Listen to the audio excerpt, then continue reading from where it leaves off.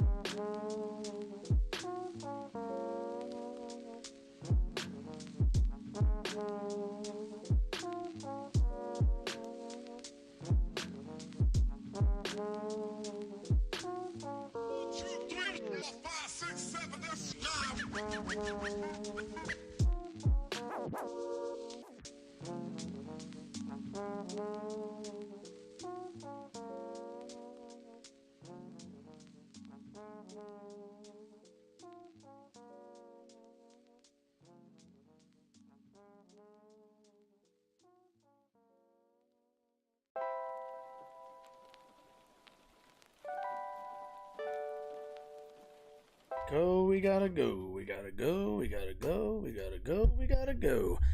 Hello, everybody. How is everybody doing? Okay, so let's do the intro really quick.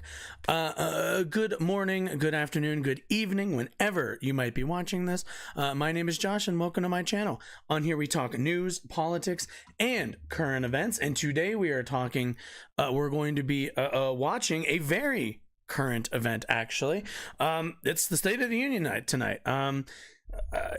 You'll forgive me that I completely forgot that the State of the Union was tonight. So, pretty much on the docket, we're gonna take a look at that, see how Biden does. I'm pretty sure he's going to, at the very least, kind of inflate his successes and whatnot. I'm sure we're gonna find some disagreeable stuff going on, but otherwise, and then after that, we're gonna watch. We're gonna pick up where we left off with Anna and Ben and their whole little schmeal going on, and otherwise.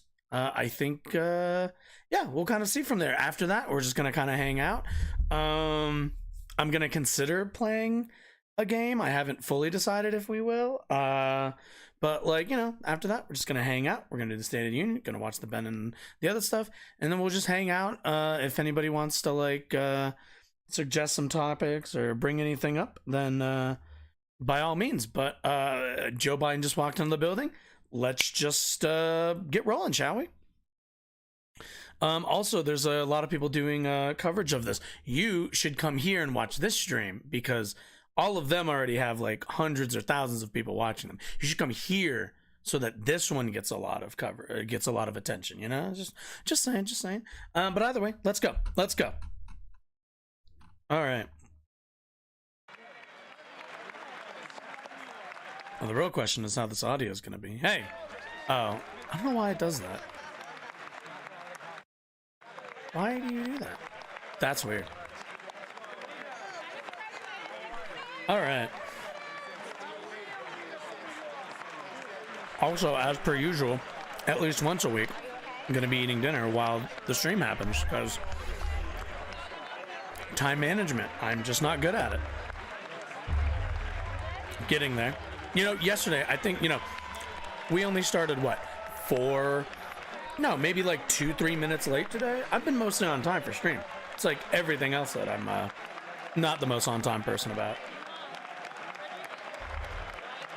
But, either way, let me turn my volume down just a bit. Just so it just breaks into the, there we go. That's not, I always feel like I'm too loud. But then again, I think that comes from like being in school and always having a louder voice is what I was told. And then like, you know, teachers always being like, shh, you gotta keep it down. But, oh, right. Let's post the things in the chat too.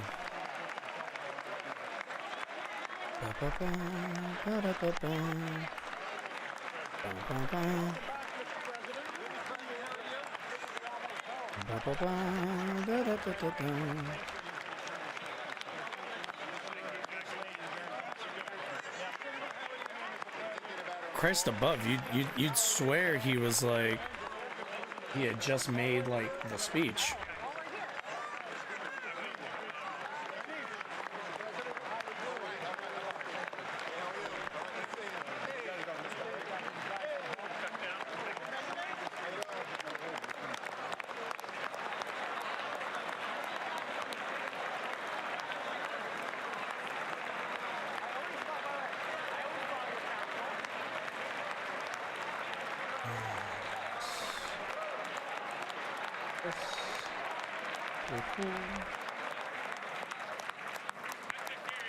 Cool.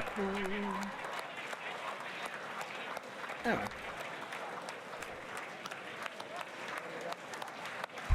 All right, I see we have is that Hakeem Jeffries? I think that's, I'm pretty sure that's Hakeem Jeffries. Let's find out.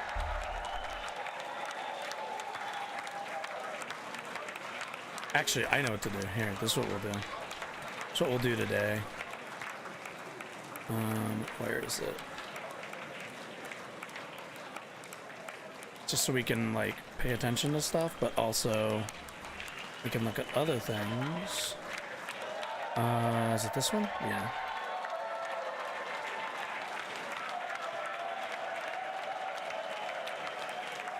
This one? Nope. Other one? There it is.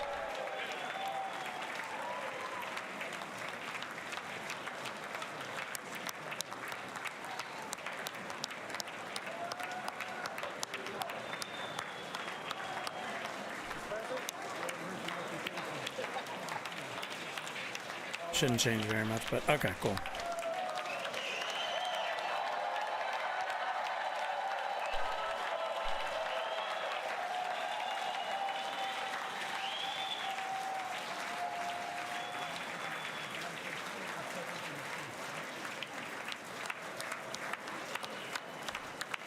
All right. Thank you.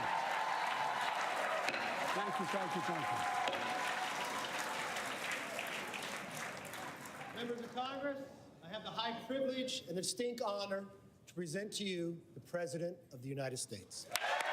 Woo! Wow, crazy. Oh. Oh. Okay. Mr. Speaker. Thank you. You can smile. It's okay. Okay. Thank you, thank you, thank you. Let's see how Twitter's handling everything that's going on. Thank you. Just so we have stuff to read. Don't use the whisper voice. Oh no, yeah, not wrong. Mr. Speaker, Madam Vice President, our First Lady and Second Gentleman, good to see you guys up there. Oh, we should probably put this here. We'll put this like. Members of Congress, No, what are you doing? Oh, let's fix that. There we go.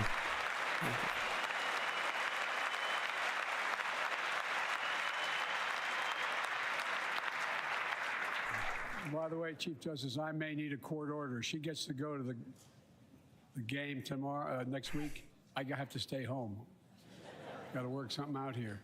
Members of the cabinet, leaders of our military, Hilarious. Chief Justice, Associate Justice, and retired Justice of the Supreme Court, and to you, my fellow Americans.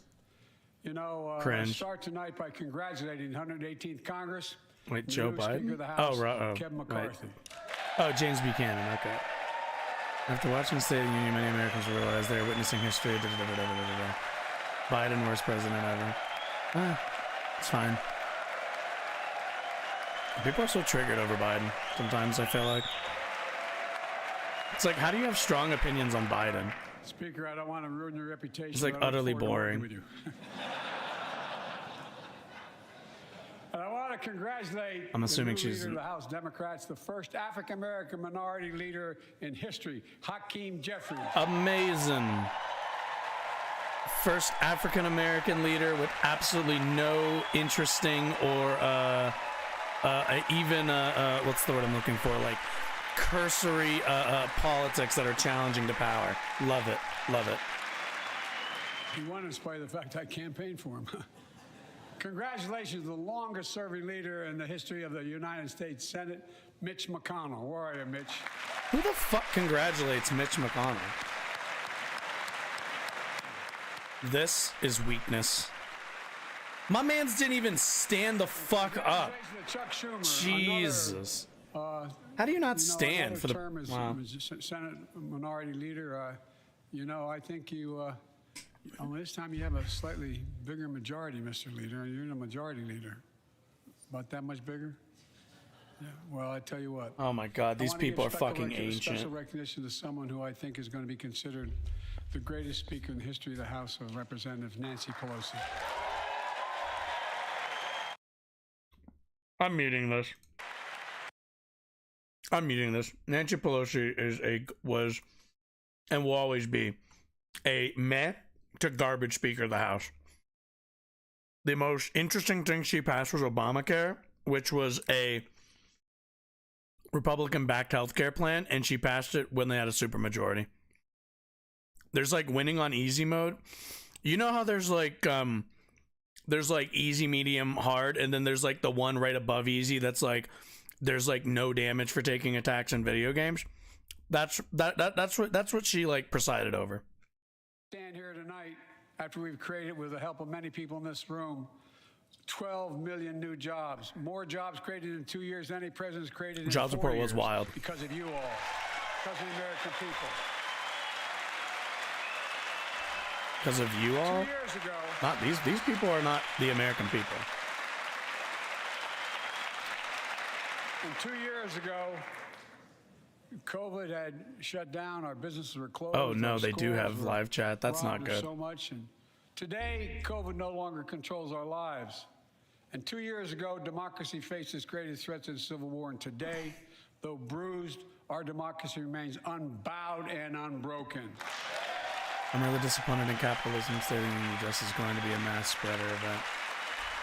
And Vegas hasn't taken the odds of politicians who contracted COVID at the State of the Union. Here tonight, we're writing the next chapter in the great American story, a story of progress and resilience. When world leaders ask me to define America, and they do, believe it or not, I can define it in one word, and I mean this. God, liberals are Possibilities. fucking We insufferable. don't think anything is beyond our capacity. Everything is a possibility. You know, we're often told that Democrats and Republicans can't work together. But over the past 2 years, we proved the cynics and naysayers wrong. What? Yes, we disagreed plenty. And yes, there were times when Democrats went alone. But time and again, And yes, they like, what's the word? Depowered your, like, Build Back Better was a better bill before you got Republicans involved, you idiot. Like, came together to pass the most significant law ever, helping victims exposed to toxic burn pits. And in fact, jeez. Yeah, it only took how much political pressure? Oh my God. You know what the worst thing about this? Honest to God, you know what the worst thing about this? Is this is a bunch of people who half-ass at their job and are now standing and clapping for themselves. Let's be really clear. Like, Congress has been gridlocked for decades. bipartisan pieces of legislation since And, like, becoming president. they're over here From giving themselves a authorizing the fucking Violence ovation. Against Women Act, Even though, the are your Electoral wages any Count better? Reform Act, the Respect for Marriage Act, that protects Is the right the, to marry the did we person you get, love. And to my Republican infrastructure, friends, the infrastructure in this we worked country together fixed? The last Congress, there's no reason we can't work Are, together and prescription find medications consensus any on cheaper? important things in this Congress as well. Did people not have to declare medical bankruptcy during the Biden presidency? No, nothing. As Biden said, nothing will fundamentally We're all change. as informed as I am, but I think the people sent us a clear message. Fighting for the sake of fighting, power for the sake of power, conflict for the sake of conflict gets us nowhere. That's always been my vision of our country, and I know it's many of yours. Let's just To not restore fight at the all. soul of this How about nation, to that? rebuild the That's what backbone Biden's of suggestion would be. America, America's middle class, and to unite the country. We've been sent here to finish the job, in my view. Yeah, united over For what? decades, the middle class has been hollowed out in more than, and not no one administration, but for a long time. Right. Too many good-paying manufacturing jobs move overseas. Factories closed down. Once thriving cities and towns that many of you represent became shadows of what they used to be. And along the way, something else we lost: pride, our sense of self-worth. I ran for president to fundamentally change things, to make sure our economy works for everyone, so we can all feel that pride in what we do. To build an good luck. economy from the bottom up and the middle out, not from the top down. Because when the middle class does well, the poor have a ladder up, and the wealthy still do very well. We all do well. This person is a miserable person on Twitter. Oh yeah. Retired. This picture. Most miserable guy. Fucking Bernie, man. Fucking My dad Bernie. used to say, Joey, a job's about a lot more than a paycheck. God. He really would say this. It's about a lot more than a paycheck. Well, yeah, It's back about when your the dignity. paycheck was actually like It's about decent. respect. Back when the It's about being able paycheck to look wasn't your like kid the in eye and biggest say, "Honey, issue. It's going to be okay," and mean it. Well, folks, Yeah, back when let's look at the results. back when We're not one finished income yet by any got stretch you a of the house imagination, with a but backyard and a unemployment front rate is yard. 3.4%, a 50-year low. A near record unemployment. Near record unemployment for black and Hispanic workers. We've already created, your help, 800,000 good-paying manufacturing jobs, the fastest growth in 40 years. And where is it written? Where is it written That was shut down America in- can't yep. lead the world in manufacturing? And I don't know where that's written. For too many creating, decades, yeah. we imported projects and exported Also, those jobs paying better. Now, thanks Have to they- what have you've they all actually done, gotten we're better? exporting American They're the same products and shitty jobs that creating we've always American had. jobs. Folks,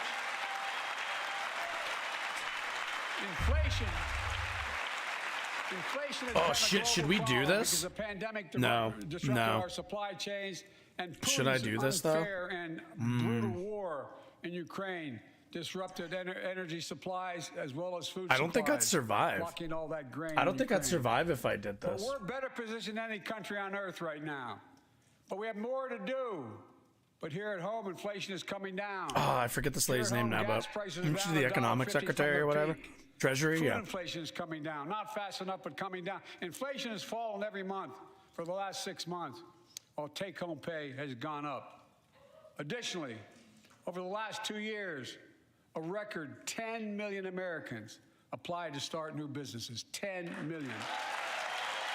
And by the way, every time Maybe I should. Maybe I should do like. every time someone starts a small business is an act of hope. And Madam Vice President, I want to thank you for leading that effort to ensure that small businesses have access to capital and the historic laws we enacted that are going to just come into being. Standing here last year, I shared with you a story of American genius and possibilities. Imagine thinking this guy's gonna like. Small computer chips the size of a fingerprint that power everything. From He's cell like the phones to strongest automobiles and presidential so much candidate. more. Isn't These this chips were invented in America. Let's get that straight. They were invented in I'm trying to think. America. Do I have like? Do I have alcohol? That's. We used to Ooh, make wait. 40% of the world's chips. In the last several decades, we lost our edge. Okay. We're down to only Okay. producing 10%. I'll be We back. all saw what happened during the pandemic when chip factories shut down overseas. Today's automobiles need 3,000 chips each of those automobiles. But American automobiles couldn't make enough cars because there weren't enough chips. Car prices went up, people got laid off. So did everything from refrigerators to cell phones. We can never let that happen again. That's why we came together to pass the Bipartisan Chips and Science Act.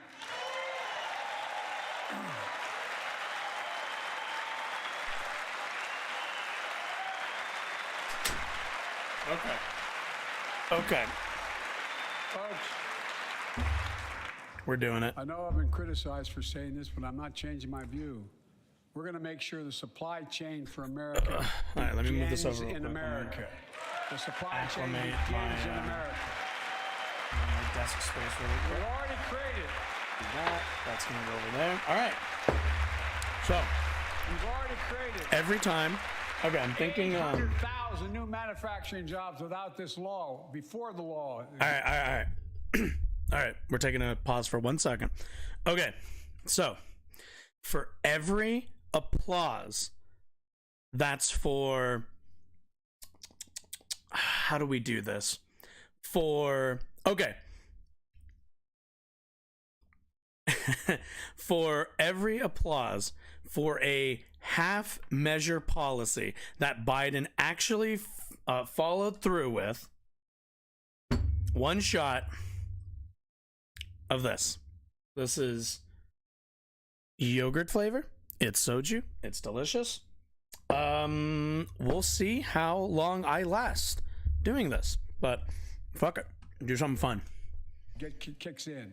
If Biden's gonna be This kind of new law, boring, we're gonna create I hundreds of gotta thousands of new compensate jobs with being more across the fun. country. I mean, all across the country, throughout not just the coast, but through the middle of the country as well. That's going to come from companies that have announced more than $300 billion in investment in American manufacturing over the next few years. Outside of Columbus, Ohio, Intel is building semiconductor factories on 1,000 acres, literally a field of dreams. It's going to create 10,000 jobs, that one investment. 7,000 construction jobs, 3,000 jobs in those factories once they're finished. They call them factories. Jobs paying an average of $130,000 a year, and many do not require a college degree. Wait, what? An average? Well, let's get started then, shall we? Jobs. That didn't take long, I did it. As we work together, these jobs where people don't have to leave home to search for opportunity. And it's just getting started. Think about the new homes, the small businesses, the medium-sized businesses. So delicious. much more that's going to be needed to support those 3,000 permanent jobs and the factories that are going to be built. Talk to mayors and governors, Democrats and Republicans, and they'll tell you what this means for their communities. We're seeing these field of dreams transform to the heartland. But to maintain the strongest economy in the world, we need the best infrastructure in the world. And folks, My God. as you all know, Oh, sit down, we used Pete. to be #1 in the world in Golly. infrastructure. We've sunk to 13th in the world. The United States of America, 13th in the world in infrastructure, modern infrastructure. Jeez, But now jeez. we're coming back because we came together and passed a bipartisan infrastructure law, the largest investment in infrastructure since President Eisenhower's interstate highway system.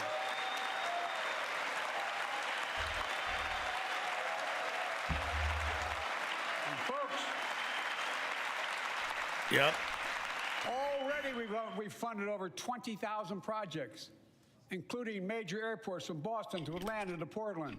Projects that are going to put thousands of people to work rebuilding our highways, our bridges, our railroads, our tunnels, ports, airports, clean water, high-speed internet, all across America. Urban, rural, tribal. And folks, we're just getting started. We're just getting started. Oh boy. And I mean it sincerely. I want to thank my Republican friends who voted for the For law. fuck's sake. And my Republican friends who voted against it as well. Who voted But for the wall? I still get asked to fund the projects in those districts as well, but don't worry. I promised I'd be a president for all Americans. Infrastructure, but Biden We'll says fund even these more once projects. again, thanks. And I'll see you at the groundbreaking. Look, Always a brown hole. Uh-huh. this law will further unite My man all Joe is Americans. fucking on one. I'll give him that. Projects like Brent Spence Bridge in Kentucky over the Ohio River, built 60 years ago, badly needed repairs, one of the nation's most congested freight routes, carrying $2 billion worth of freight every single day across the Ohio River. And folks, I've been talking about fixing it for decades, but we're really finally going to get it done. I went there last month with Democrats and Republicans, and from both states, to deliver a commitment of $1.6 billion for this project. And while I was there, I met a young woman named Sarah, who's here tonight. I don't know where Sarah is. Is she up in the box? I don't know. Sarah, how are you? Well, Sarah, for 30 years,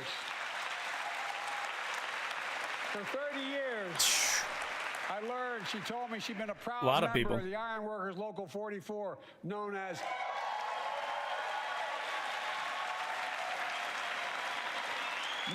the Cowboys in the Sky. Oh my God. The Bruh. folks who built My man woke the fuck up. Cincinnati's skyline. Sarah said she can't wait to be 10 stories above the Ohio River building that new bridge. God bless her.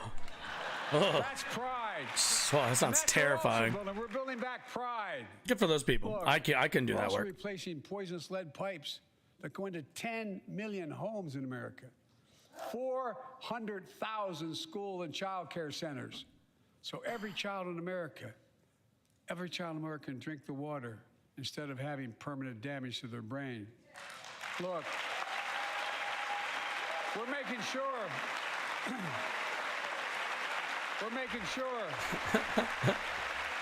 that Middle out, guys. community- Middle out. Every community in America has access to affordable high-speed internet. No parent should have to drive by McDonald's parking lot to help them do their homework online. With their kids, Jesus, imagine that. many thousands were doing across the country. And when we do these projects, and again, I get criticized for this, but I make no excuses for Great it. question. We're going to buy American. We're going to buy America. Folks,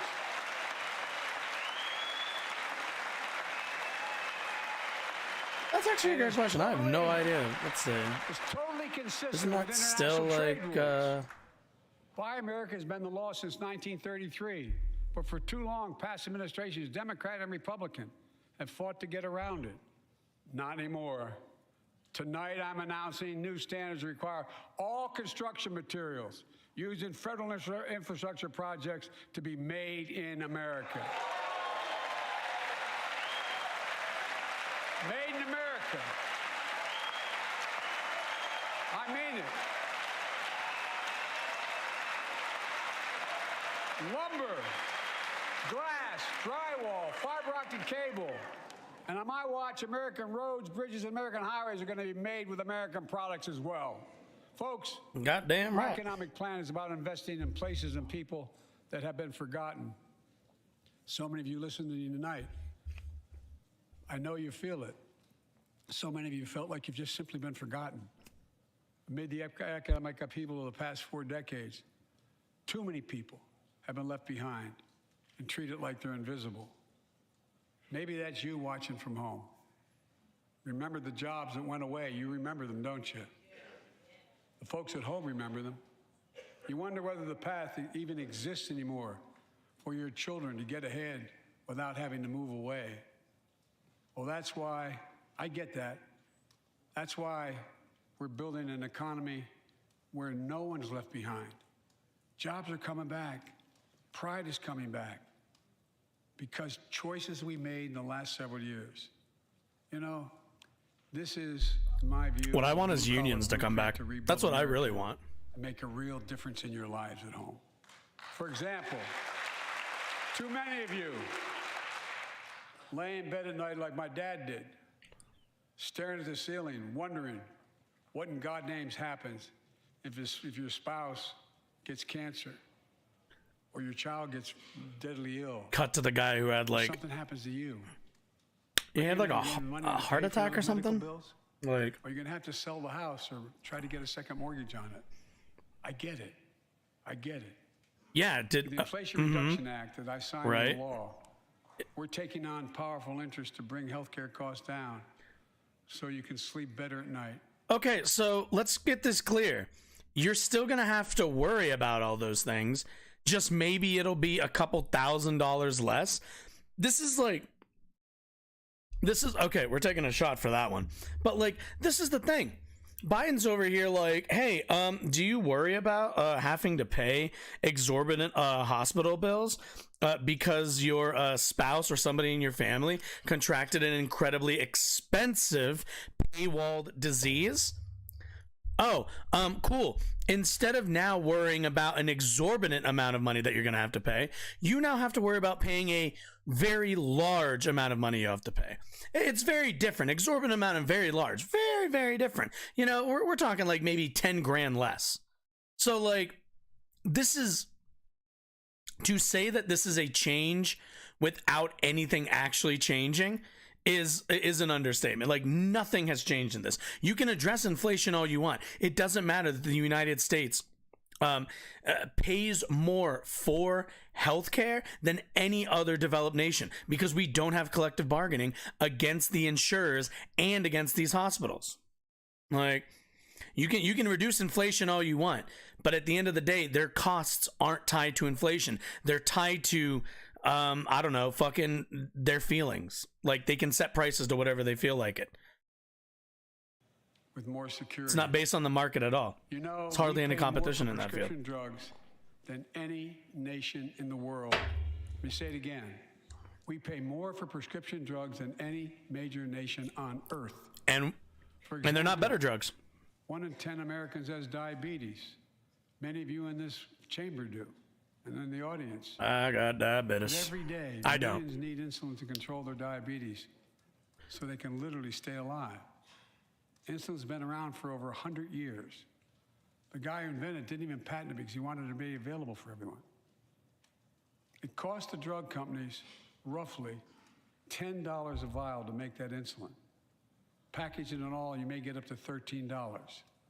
But Big Pharma has been unfairly charging people hundreds of dollars, $400 to $500 a month, making record profits.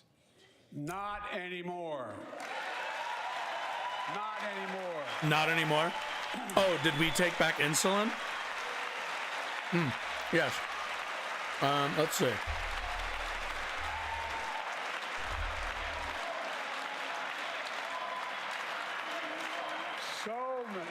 So many things that we did are only now coming to fruition. We said we were doing this, and we said we passed the law to do it, but people didn't know the law didn't take effect until January 1 of this year. We capped the cost of insulin at $35 a month for seniors on Medicare. Take your ass to Canada, that's how. People are just finding out. I'm sure you're getting the same calls I'm getting. Look, there are millions of other Americans who do not or are not on Medicare, including 200,000 young people. My man's Bernard out Type here. 1 diabetes need this insulin to stay alive. Let's finish the job this time. Let's cap the cost of insulin for everybody at $35.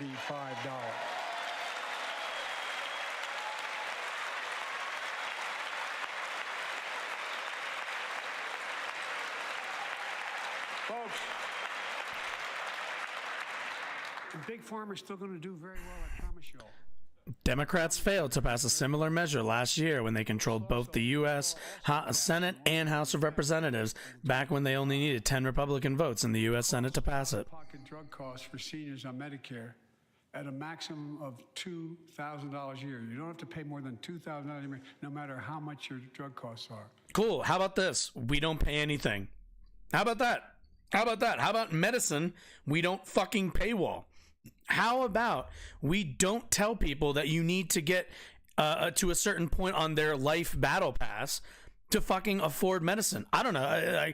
That doesn't really seem like a crazy idea to me. But again, this is to Biden big change. But is any of this changing? Is any of the fundamental systems changing? No. It's all the same shit. Guess what? You're still going to have to pay. Oh, well, now you have to pay a little bit less, but, you know, still paying. Regardless, at any point, those costs can go right back up once any of this gets repealed, or if somebody comes in and wants to raise those prices. Like, because you know why? Like the system isn't changing. Many of you, like many in my family, have cancer. You know the drugs can range from $10, $11, $14, $15,000 for the cancer drugs. If drug prices rise faster than inflation, drug companies are going to have to pay Medicare back the difference. We're finally giving Medicare the power to negotiate drug prices. Bringing down prescription drug costs doesn't just save seniors money. It cuts the federal deficit by billions of dollars. By hundreds of billions of dollars. Because these prescription drugs are drugs purchased by Medicare to keep their commitment to the seniors. Well, guess what? Instead of paying $400 or $500 a month, you're paying $15. That's a lot of savings for the federal government. And by the way, why wouldn't we want that? Now, some members here are threatening, and I know it's not an official party position, so I'm not going to exaggerate, but threatening to repeal the Inflation Reduction Act. As my coach, that's okay, that's fair. As my football coach used to say, lots of luck in your senior year. Make no mistake, if you try anything to raise the cost of prescription jobs. Let me read this really quickly because I remember hearing about this. Let's see. Drugs eligible for negotiation include brand name drugs or biologics that do not have a generic or biosimilar equivalent or less than 9 years and are less than 9 years. For small molecule drugs, 13-year-olds, biological. Negotiations cannot be certain. Small biotech drugs account for less than $200 million of Medicare spending in 2021. Let's see. Everyone eligible, Social Security Disabilities Act, drug spending, Yeah. So keep in mind that this is only for brand names. Keep that in mind. Like, this isn't like for alternatives. This is for the brand ones. So I will veto it. Look, I'm pleased to say that more Americans have health insurance now than ever in history. A record 16 million people are enrolled in the Affordable Care Act. And thanks to the law I signed last year, millions are saving $800 a year on their premiums. And by the way, that law was written and the benefit expires in 2025. So my plea to some of you, at least in this audience, let's finish the job and make these savings permanent. Expand coverage of Medicaid.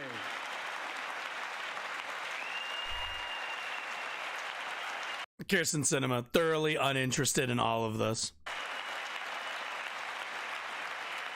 Republicans, thoroughly uninterested in all of this. The Inflation Reduction Act is also the most significant investment ever in climate change. 100 medicines that Medicare spends the most on and decide which qualify to be the first group of 10 drugs whose prices will be negotiated. Clean energy future. I visited the devastating Let me take my shot for a half measure real quick. Storms and wildfires from Arizona to Mexico to all the way up to the Canadian border.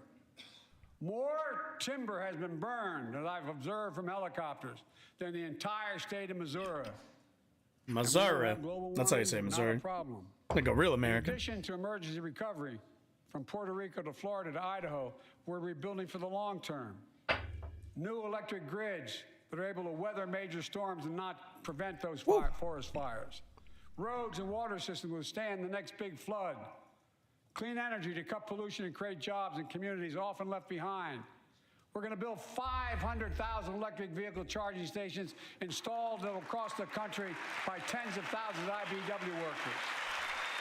And we're helping families save more than $1,000 a year with tax credits to purchase electric vehicles and efficient appliances, energy-efficient appliances. Historic conservation efforts to be responsible stewards of our land. Let's face reality. The climate crisis doesn't care if you're in a red or blue state.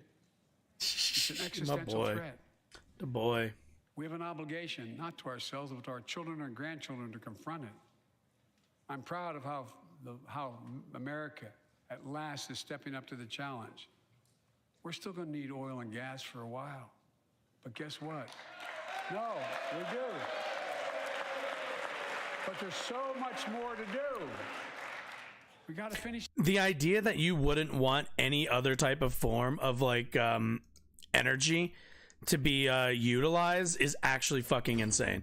Like, I get it if you're like, you know, obviously a lot of these people get their campaign funding from fossil and oil interests, but like, even if you're like a regular American, like, who gives a shit? Like, as long as my car runs, I don't give a fuck if it's gas. I don't give a fuck if it's electricity. I don't care how it runs. I just need my vehicle to run. So like the idea that you're like, oh, we're increasing the amount of charge stations so more people can drive in electric cars. Boo! Like what? That's a good thing. There's literally no argument for it being a bad thing. It doesn't affect the amount of people on the road. It doesn't like inconvenience anybody. Like, what's the downside? The downside is really just they'll lose some funding off the top because the oil companies will be like, hey, you're not, what the fuck? You're not you're not doing my thing. You're not protecting me. What the hell? It's the job. And we pay for these investments in our future by finally making the wealthiest and biggest corporations begin to pay their fair share. Oh yeah. Oh yeah. I'm with you, Elon Omar. Like, what the fuck? Like, no, you ain't. The fuck? Oh yeah, we're increasing taxes on the rich. Lauren Boebert. I'm a capitalist, but pay your fair share. Boo. I think a lot of you at home agree with me and many people that you know. The tax system is not fair. It is not fair. I would love to hear how Biden thinks it's unfair. Look, hit me with it. Hit me with it, Biden. That in 2020, 55 of the largest corporations in America, the Fortune 500, made $40 billion in profits and paid zero in federal taxes? Zero? Folks, it's simply not fair. But now, because of the law I signed, billion-dollar companies have to pay a minimum of 15%. Whoa. Fucking crazy. 15%. Fucking 15%. Oh my God. 15%. That's less than a nurse pays. Bro. And I need to be crystal Most people clear. I make said like at the very beginning. Like Under my plan, most people make like 20K. Less than $400,000 will pay an additional penny in taxes. Nobody, not one penny. Why not lower? But let's finish the job. People are making 400,000 a year, doing all right.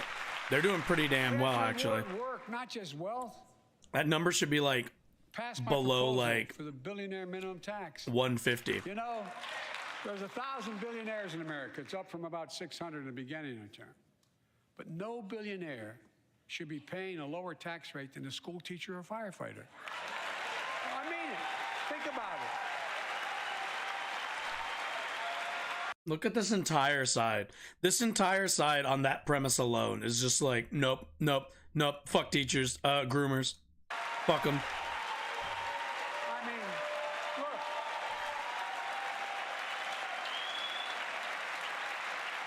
I know you aren't enthusiastic about that, but think about it. Think about it. Have you noticed Big Oil just reported? It's its called the State of profits, the Union, you record fucking profits. terminally online weeb. Last year they made Like- $200 billion in the midst of a global energy crisis. Is my man wearing a I Ukrainian think it's tie? outrageous. Why? They invested too little of that profit to increase domestic Just stay production. on this. Just stay on this. And when Never, I talked to a couple never of them, leave they said, Mitch. We're afraid you're going to shut down all the oil wells, all the oil refineries anyway, so why should we invest in them? I said, we're going to need oil for at least another decade, and that's going to exceed and beyond that. We're going to need it. Production. If they had, in fact, invested in the production to keep gas prices down, instead, they used the record profits to buy back their own stock, rewarding their CEOs and shareholders. Corporations ought to do the right thing. Ought to do That's them. why I propose No, we quadruple the tax on corporate stock by. This is why. Also, by the way, like the idea that corporations, that any of these entities should do the right thing is a fundamental misunderstanding. Either A, it's a misunderstanding, or it's a like active an active like campaign of the narrative that there's such thing as what was the term, conscientious capitalism, I believe, or like you know, where it's like, oh, we have this like capitalist system where the only incentive structure that we have for any money making entity is to maximize profits. That's the only incentive structure that we have. And then, like, you know, you turn around and you go, yeah, but like, you know, companies doing that, you know, companies will do the right thing if they're just like, you know, if you know, just because we kind of ask them to, and because it's the like, oh, these companies need to be more patriotic. No, these companies are built to make money. So have you ever talked to your manager, or if you work in a small business, what do they always say? This isn't a charity. Like we make money here. The goal is to make money, like everything else. It's not to make life better. It's not to improve. It's not to create jobs. None of that. If they could make the money without creating the jobs, they'd do that too. When it comes down to it, these corporations, these fucking corpos, are here to make money. They don't care about any of this shit. And unfortunately, it's Biden's like, I don't know if it's just like his buy-in into capitalism as a system. Granted, you know, senator from NBNA and all that, but like, or if it's just like an ideological blind spot that you don't realize that there isn't a place in capitalism for putting anything else in front of profits. The profit motive is the only thing these companies care about. And if it means they move their operation to Mexico, they move their operation to China, they move their operation to Taiwan, they move their operation to the Philippines, it doesn't matter. Whatever saves them the most amount of money so that they can funnel it back up to shareholder value along with CEO pay, that's what they're going to do. That is what they're in the business for. Not for making the world a better place, not for looking out for Americans, none of that. So buybacks and encourage long-term investments. They'll still make considerable profit. Let's I feel like finish the that's job definitely not and true. close the loopholes that allow very wealthy to avoid paying their Let's taxes. see. State of the Instead of Union, no cutting matter the what number of Biden says, audits for Republicans will wealthy say he's taxpayers, lying. I just Yep. signed a law to reduce the deficit by $114 billion by cracking down on wealthy tax cheats. That's being fiscally responsible. In the last 2 years, my administration has cut the deficit by more than $1.7 trillion, the largest deficit reduction in American history. Under the previous administration, the American deficit went up 4 years in a row. Because those record deficits, no president added more to the national debt. Because Republicans are not economically responsible. Of the entire national debt that took over 200 years to accumulate was added by just one administration alone, the last one. They're the facts. Check it out. Check it out. Fucking mauled losers. How did Congress respond to that debt? They did the right thing. They lifted the debt ceiling 3 times without preconditions or crisis. They paid American bills to prevent an economic disaster to the country. So tonight I'm asking the Congress to follow suit. Let's commit here tonight to the full faith and credit of the United States of America will never, ever be questioned. So some of my Republican friends want to take the economy hostage. I get it. Bro, Unless they're not your friends. Economic plans. Bro, they're not your friends if they're taking the economy hostage. I don't know what this is. Like, what is this, like, my Republican friends? Like, bruh, you just said they're taking, like, the economy hostage. They're taking your economy hostage. How are they your friends? Like, I never understand this with fucking liberals, where they're, like, they get punched in the face, and they just fucking smile and are like, oh, gee, well, you know, I don't know if he meant to do that. It's like, no, that was the goal. The goal was to, like, hurt your administration. Fuck's sake. All of you at home should know what those plans are. Instead of making the wealthy pay their fair share, some Republicans want Medicare and Social Security to sunset. I'm not saying it's a majority.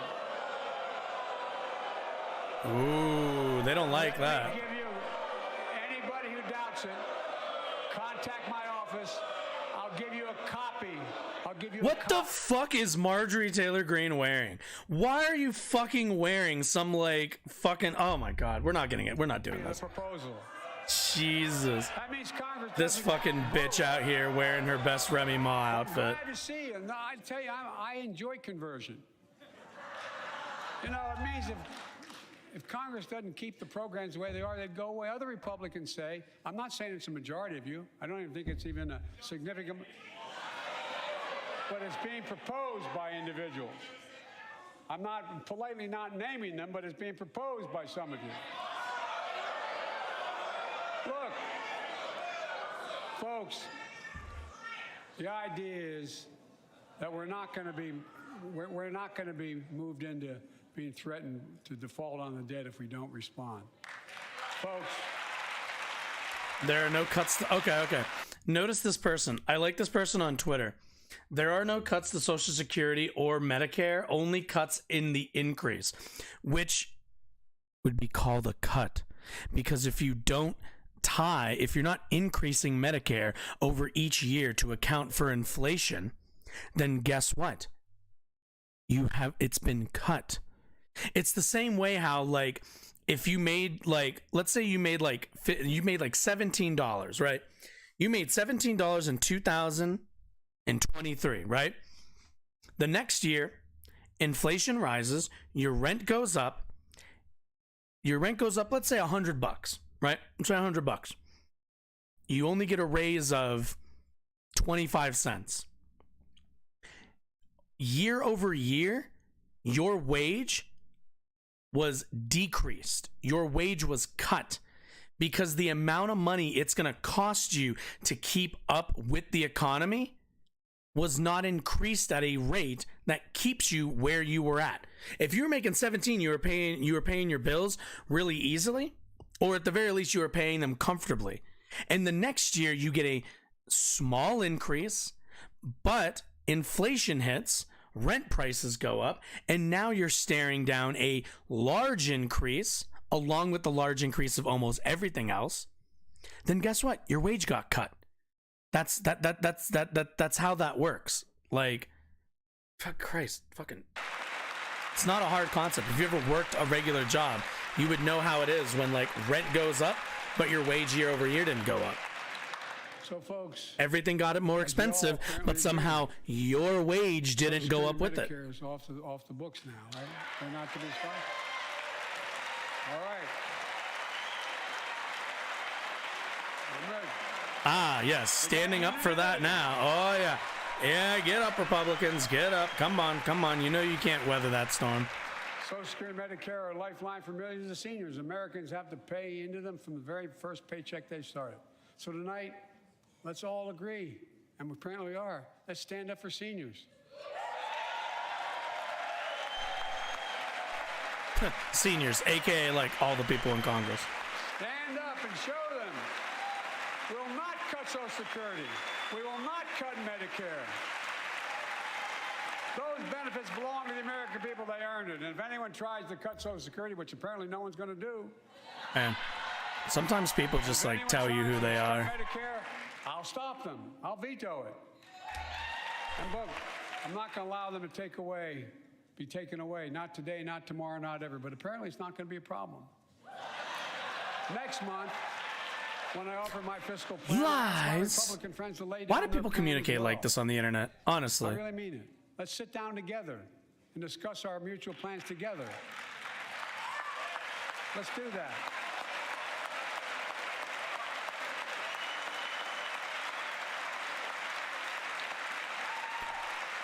America.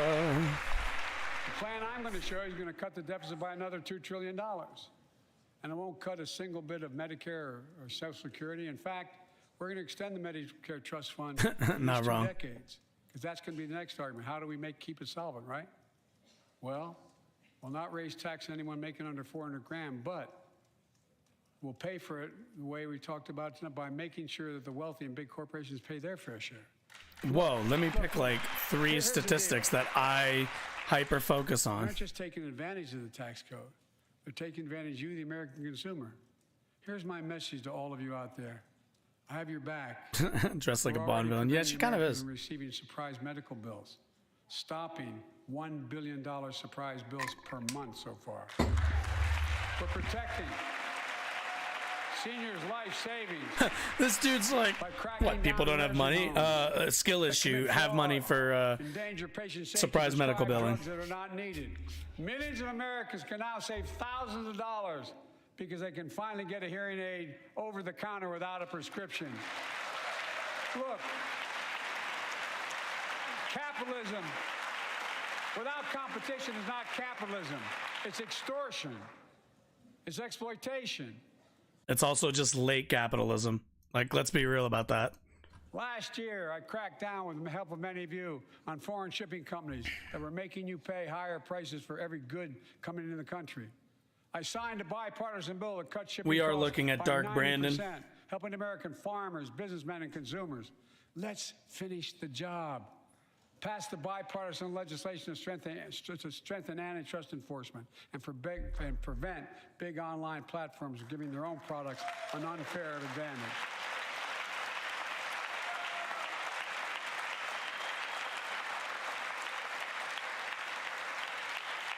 My administration is also taking on junk fees, those hidden surcharges too many companies use to make you pay more. For example, we're making airlines show you the full ticket price up front, refund your money if your flight is canceled or delayed. We've reduced exorbitant bank overdrafts by saving consumers more than $1 billion a year. We're cutting credit card late fees by 75% from $30 to $8. Look. Pay your credit card bills, fees folks. May not matter to the very wealthy, but they matter to most other folks in homes like the one I grew up in, like many of you did. They add up to hundreds of dollars a month. They make it harder for you to pay your bills or afford that family trip. I know how unfair it feels when a company overcharges you and gets away with it. Not anymore. We've written a bill to stop it all. It's called the Junk Fee Prevention Act. We're going to ban surprise resort fees that hotels charge on your bill. Those fees can cost you up to $90 a night at hotels that aren't even resorts. The idea that cable, internet, and cell phone companies can charge you $200 or more if you decide to switch to another provider. Give me a break. We can stop service fees on tickets to concerts and sporting events and make companies disclose all the fees up front.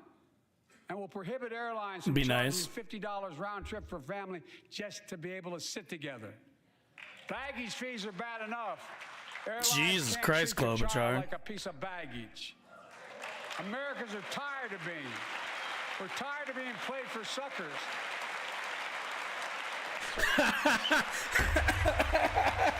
Pass the Junk Food Prevention Act so companies stop ripping us off. For too long, workers have been getting stiffed, but not anymore. We're beginning to restore the dignity of work. We're leaving this up. For example, I should have known this, but I didn't until 2 years ago. 30 million workers have to sign non-compete agreements for the jobs they take. 30 million. Oh, that's funny. So a cashier at a burger place can't walk across town Play it. and take the same job at another burger place and make a few bucks more. It just changed. But they just changed it because we exposed it. That was part of the deal, guys. Look it up. But not anymore. We're banning those agreements so companies have to compete for workers and pay them what they're worth. And I must tell you, this is bound to get a response from my friends on my left but the right. I'm so sick and tired of companies breaking the law by preventing workers from organizing. Pass the PRO Act. Now, do we need to talk about the Biden administration who actively stepped in on behalf of the railway companies back in December? Biden is getting up here and trying to do the I'm pro-worker, we need to pass the PRO Act. The PRO Act has been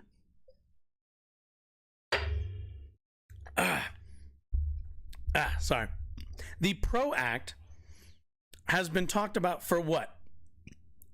About a year and a half, 2 years almost now. During this guy's administration, we saw almost no momentum from his administration to get the PRO Act over the finish line.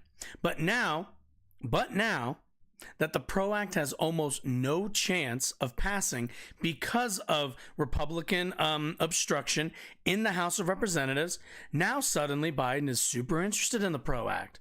Now Biden is suddenly a fighter for workers.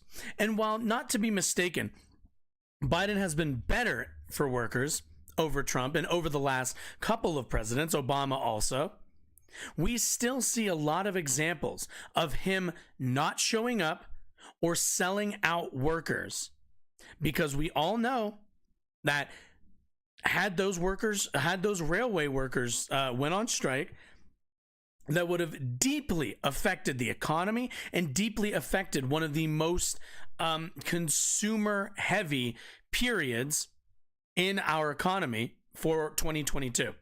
And Biden didn't want those numbers.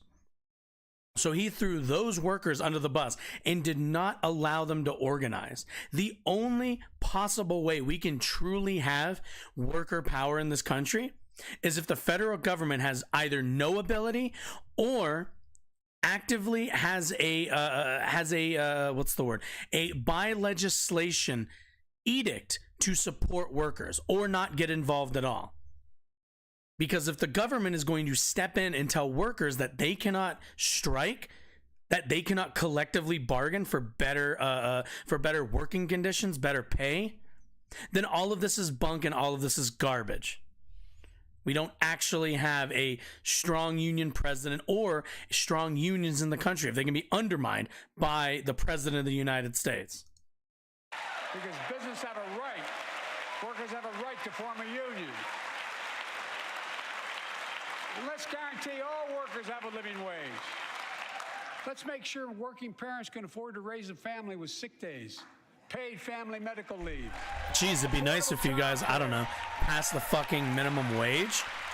You know, maybe an increase to minimum wage, maybe like some legislation to guarantee sick hours and everything. Nope. None of the stuff. None of the stuff. Cut child poverty in half to the lowest level in history. And by the way, when we do all these things, we increase productivity. We increase economic growth. So let's finish the job and get more families access to affordable, quality housing. Let's get seniors who want to stay in their homes the care they need to do so. Let's give more breathing room to millions of family caregivers looking after their loved ones. Pass my plan so we get seniors and people with disabilities the home care and services they need. And support the workers who are doing God's work. These plans are fully paid for. I love this meme. To do them. Restoring the dignity of work means making education an affordable ticket to the middle class. You know, when we made public education, 12 years of it universal in the last century, we made the best educated, what best is paid. this? We became Like, the yeah, best no educated, shit. best paid nation in the world. But the rest of the world's caught up. It's caught up. Jill, my wife, who teaches full time, has an expression. I hope I get it right, kid. Any nation that out-educates us is going to out-compete us. Any nation that out-educates is going to out-compete us. Folks, we all know 12 years of education is not enough to win the economic competition of the 21st century. You want to have the best educated workforce, let's finish the job by providing access to preschool for 3 and 4 years old. Studies show that children who go to preschool are nearly 50% more likely to finish high school and go on to earn a 2 or 4 year degree, no matter their background they came from. Let's give public school teachers a raise.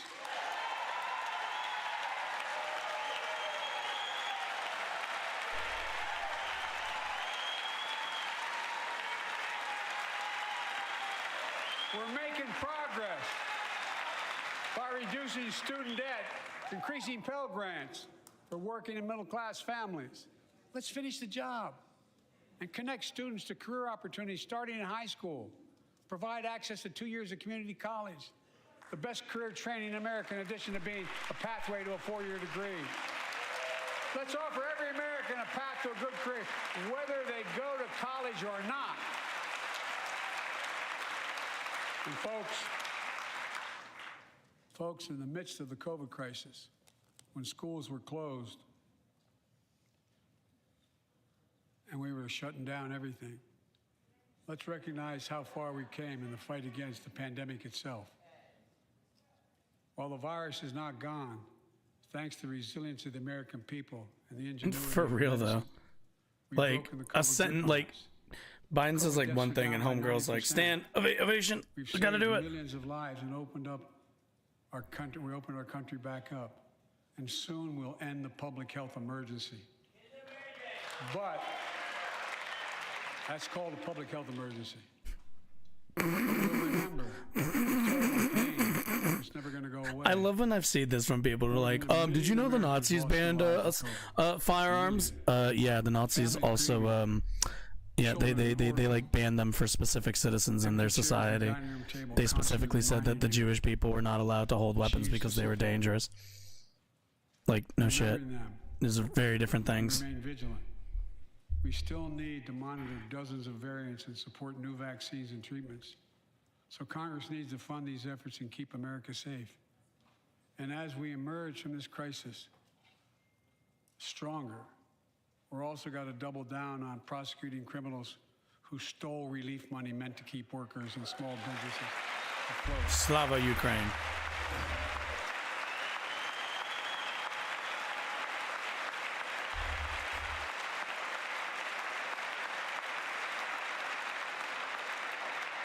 Before I came to office, you remember, during that campaign, the big issue was about inspector generals who would protect taxpayers' dollars who were sidelined.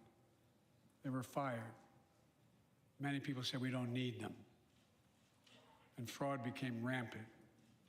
Last year, I told you the watchdogs are back. Since then, we've recovered billions of taxpayers' dollars. Now let's triple the anti-fraud strike force going after these criminals, double the statute of limitations on these crimes, and crack down on identity fraud by criminal syndicates stealing billions of dollars from the American people. And the data shows that for every dollar we put into fighting fraud, the taxpayers get back at least 10 times as much. It matters. It matters. Look, COVID left its scars, like the spike in violent crime in 2020, the first year of the pandemic. We have an obligation to make sure all people are safe. Public safety depends on public trust, as all of us know. But too often that trust is violated. The good Catholic is Join us going tonight to with the veto parents an abortion Tyree ban Nichols. and act like he's doing Welcome. something good. The fuck is this?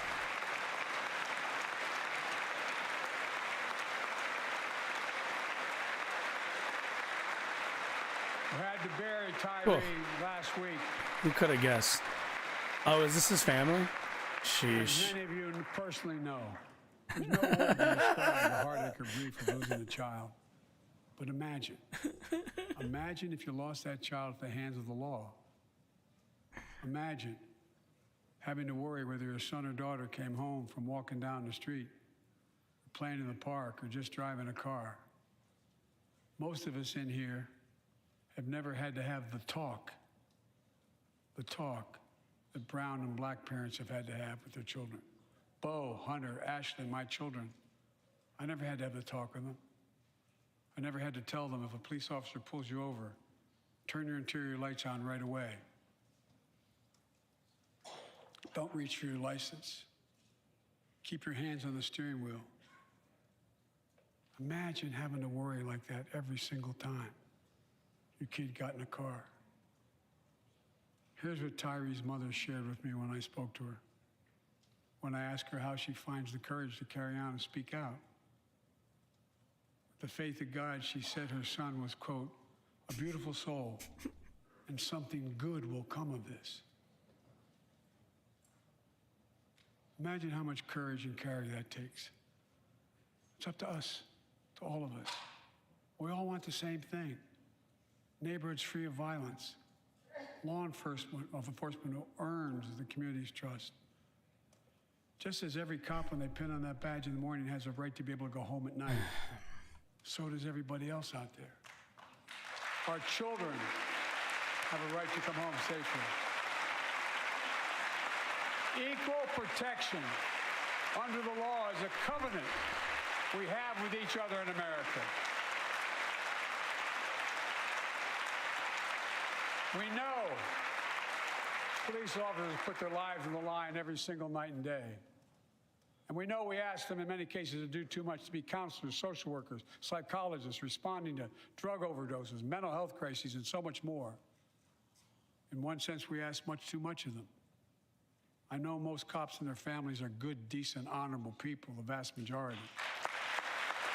But they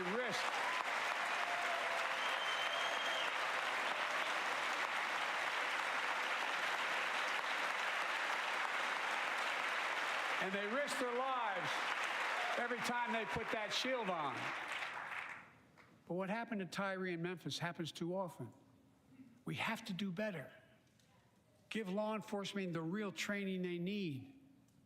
Hold them to higher standards. Help them succeed in keeping us safe. We also need more first responders and professionals to address the growing mental health, substance abuse challenges. More resources to reduce violent crime and gun crime. More community intervention programs. More investment in housing, education, and job training. All this can help prevent violence in the first place. And when police officers or police departments violate the public trust, they must be held accountable. With the support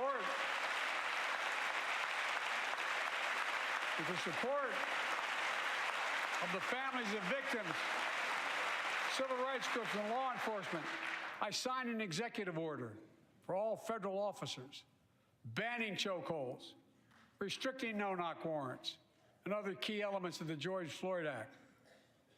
Let's commit ourselves to make the words of Tyler's mom true. Something good must come from this. Something good. And all of us,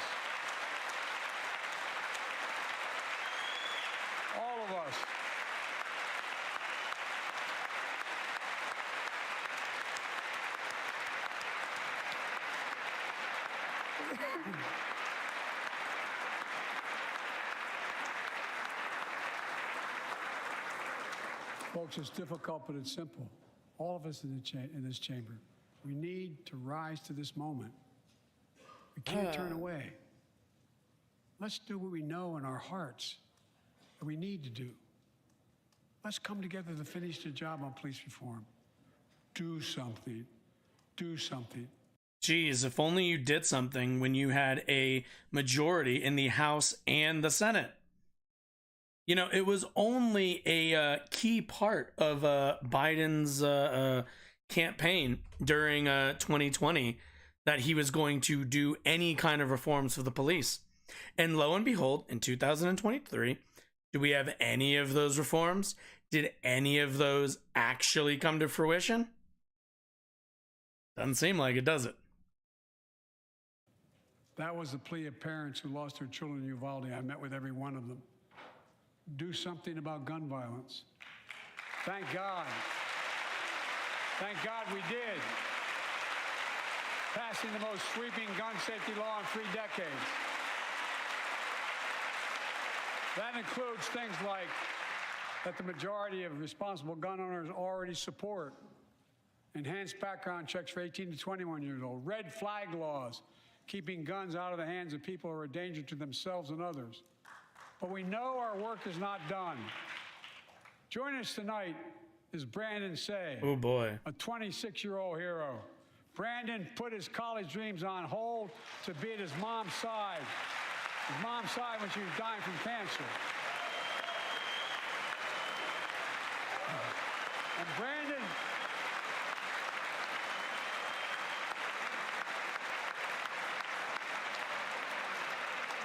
now works at the dance studio started by his grandparents. And 2 weeks ago, during the Lunar New Year celebrations, he heard the studio door close, and he saw a man standing there pointing a semi-automatic pistol at him. He thought he was going to die, but he thought about the people inside. And in that instant, he found the courage to act and wrestled a semi-automatic pistol away from the gunman who had already killed 11 people in another dance studio. 11. He saved lives. It's time we do the same. Ban assault weapons now. Had a feeling, yeah. Mm-hmm. Once and for all. So fucking mad.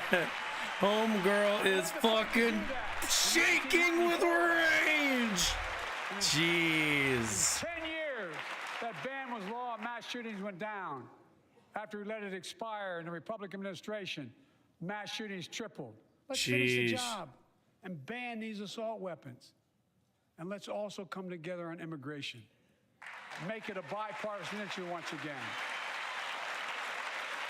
Man, they're fucking big mad about that assault weapons, man. We now have a record number of personnel working to secure the border, arresting 8,000 human smugglers, seizing over 23,000 pounds of fentanyl in just the last several months. We've launched a new border plan last month. Unlawful migration from Cuba, Haiti, Nicaragua, and Venezuela has come down 97% as a consequence of that. But American border problems won't be fixed until Congress acts. If we don't pass my comprehensive immigration reform, at least pass my plan to provide the equipment and officers to secure the border.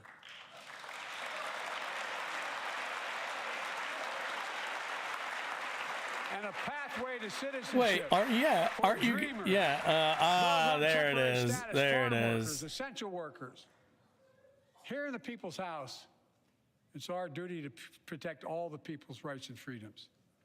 Congress must restore the right and the.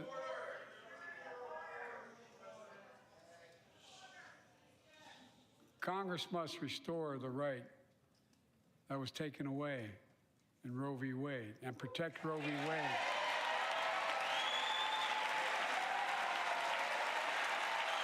Give every woman a consular right. The Vice President and I are doing everything to protect access to reproductive health care and safeguard patient safety. Well, already more than a dozen states are enforcing extreme abortion bans. Make no mistake about it. If Congress passes a national ban, I will veto it. But let's also pass. Fucking right. Let's also pass the Bipartisan Equality Act to ensure LGBTQ Americans, especially transgender young people, can live with safety and dignity. Our strength. Oh, sit the fuck down, Kristen. Sit the fuck down. This is that bullshit where it's like, no. You sit the fuck down. I don't want to hear you show up for fucking LGBT folks when you've spent your entire career selling out your identity so you can do the bullshit that you do in Congress. No. Power of our example. No. Let's remember the world's watching. No. I spoke from this chamber 1 year ago, just days after Vladimir Putin unleashed his brutal attack against Ukraine. A murderous assault, evoking images of death and destruction Europe suffered in World War II. Putin's invasion has been a test for the ages, test for America, test for the world. Would we stand for the most basic of principles? Would we stand for sovereignty? We stand for the right of people to live free of tyranny? Will we stand for the defense of democracy? For such defense matters to us because it keeps peace and prevents open season on would-be aggressors and threatens our prosperity. 1 year later, we know the answer. Yes, we would, and we did. We did. And together, we did what America always does at our best. We led. We united Fuck, that's NATO. a thick fucking book. We built a global coalition. We stood against Putin's aggression. We stood with the Ukrainian people. Tonight, we're once again joined by Ukrainian's ambassador to the United States. She represents not just her nation, but the courage of her people. Our ambassador is here, united. We're united in our support of your country. Will you stand so we can all take a look at you? Thank you.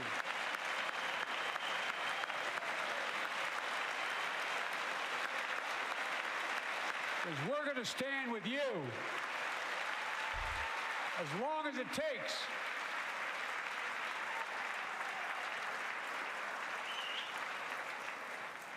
Our nation is working for more freedom, more dignity, more peace. Not just in Europe, but everywhere. Before I came to office, the story was about how the People's Republic of China was increasing its power and America was failing in the world. Not anymore. We made clear, and I made clear in my personal conversations, which have been many, with President Xi, that we seek competition, not conflict. But I will make no apologies. Oh, were you talking about the balloon? And to make America stronger. Investing in American innovation and industries that will define the future that China intends to be dominating. Investing in our alliances and working with our allies to protect advancent technologies They said, shut the fuck they will up. not be used against us. Modernizing our military to safeguard stability and deter aggression. Today, we're in the strongest position in decades to compete with China or anyone else in the world. Anyone else in the world. And I'm committed.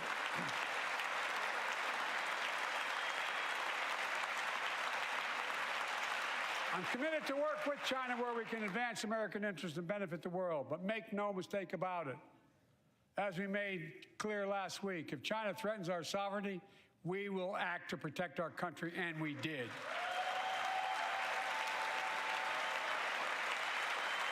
Look, let's be clear. Winning the competition should unite all of us. We face serious challenges across the world. But in the past 2 years, democracies have become stronger, not weaker. Autocracies have grown weaker, not stronger. Name me a world leader Who Jesus. changed places with Xi Jinping? Name me one. Name me one. America's rallying the world to meet those challenges, from climate to global health, to food insecurity, to terrorism, to territorial aggression. Allies are stepping up, spending more, and doing more. Look, the bridges we're forming between partners in the Pacific and those in the Atlantic, and those who bet against America are learning how wrong they are. It's never, ever been a good bet to bet against America. Never.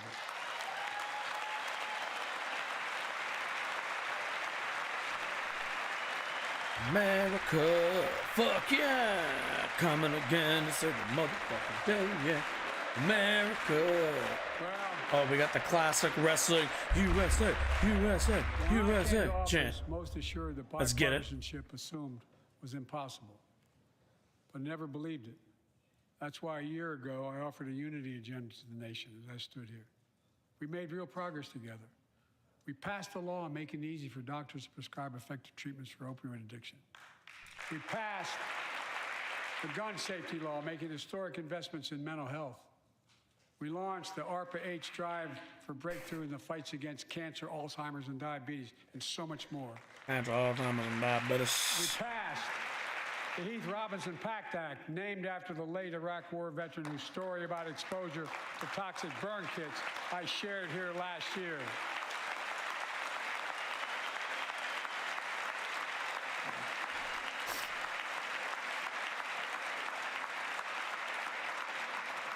I understand something about those burn pits, but there's so much more to do. We can do it together. Joining us tonight is a father named Doug from Newton, New Hampshire. He wrote Jill, my wife, a letter, and me as well, about his courageous daughter, Courtney. A contagious laugh, his sister's best friend, her sister's best friend. He shared a story all too familiar to millions of Americans and many of you in the audience. Courtney discovered pills in high school. It spiraled into addiction and eventually death from a fentanyl overdose. She was just 20 years old. Describing the last 8 years without her, Doug said, "There's no worse pain." Yet their family has turned pain to purpose, working to end the stigma and change laws. He told us he wants to start a journey toward American recovery. Doug, we're with you. Fentanyl is killing more than 70,000 Americans a year. Big, Border, border, border, border, border, border, border. So let's launch a major surge to stop fentanyl production and the sale and trafficking, with more drug detection machines, inspection cargo, stop pills and powder at the border. Border. Working with couriers like FedEx to inspect more packages for drugs. Strong Bro, are people measures to fucking crack down on FedExing fentanyl their trafficking. fucking, like, drugs these days? More mental health, Jesus. especially for our children. When millions of young people are struggling with bullying, violence, trauma, we owe them greater access to mental health care at their schools. We must finally hold social media companies accountable for experimenting they're doing running children for profit. It's time to pass bipartisan legislation to stop big tech from collecting personal data on our kids and teenagers online. Fucking everybody, bro. Ban targeted advertising to children and impose strict To limits everybody. on the personal data that companies collect on all of us. Yeah, I was gonna say, can we do this for Let's everybody? do more to keep this nation's one truly sacred obligation to equip those we send into harm's way and care for them and their families when they come home. Job training, job placement for veterans and their spouses as they come to return to civilian life. Helping veterans afford the rent, because no one should be homeless in America, especially someone who served the country.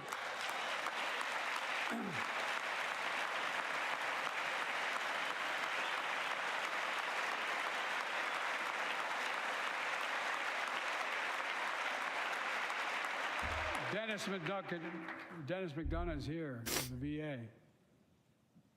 We had a first real discussion when I asked him to take the job. I'm glad he did. We were losing up to 25 veterans a day on suicide. Now we're losing 17 a day to the silent scourge of suicide. 17 veterans a day are committing suicide. More than all the people being killed in the wars. Folks, VA is doing everything it can, including expanding mental health screening, proven programs that recruits veterans to help other veterans understand what they're going through, get them the help they need. We got to do more. And fourth, last year, Jill and I reignited the cancer moonshot that I was able to start with President Obama asked me to lead our administration on this issue. Our goal is to cut the cancer death rates at least by 50% in the next 25 years. Turn more cancers from death sentences to treatable diseases. Provide more support for patients and their families. It's personal to so many of us in this audience. Joining us are Morris and Candice, an Irishman and the daughter of immigrants from Panama. An They met and Irishman. fell in love in New York City and got married in the same chapel Jill and I got married in New York City. Kindred spirits. He wrote us a letter about his little daughter, Ava, and I saw her just before I came over. She was just a year old when she was diagnosed with rare kidney disease, cancer. After 26 blood transfusions, 11 rounds of radiation, 8 rounds of chemo, 1 kidney removed, giving a 5% survival rate. He wrote how in the darkest moments he thought, if she goes, I can't stay. Many of you have been through that as well. Jill and I understand that like so many of you. And he read Jill's book describing our family's cancer journey and how we tried to steal moments of joy where we could with Bo. For them, that glimmer of joy was the half smile of their baby girl. It meant everything to them. They never gave up hope. Little Ava never gave up hope. She turns 4 next month. They just found out Ava's beating the odds, is on her way to being cured of cancer. And she's watching from the White House tonight if she's not asleep already. For the lives we can save.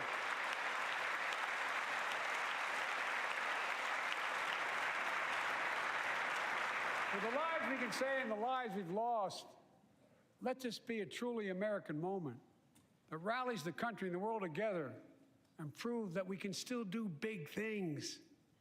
20 years ago, under the leadership of President Bush and countless advocates and champions, he undertook a bipartisan effort through PEPFAR to transform the global fight against HIV/AIDS. It's been a huge success. He thought big. He thought large. He moved. Do I have to be the person who says it? Do I really have to be the person who asks it? Who begs the question of, really, that, you know, like, do people not still die of cancer? Are people still not paywalled against the ability to survive this thing? No. So, like, you know, as much as I am thrilled, and I am, that any individual survives their diagnosis of cancer, what we're talking about is, like who we're looking at right now is the President of the United States, the person who presides over these systems of which our country functions. And yet we still have a system that will require you to pay for your medical care, pay for your life to continue. How much are you willing to pay for that?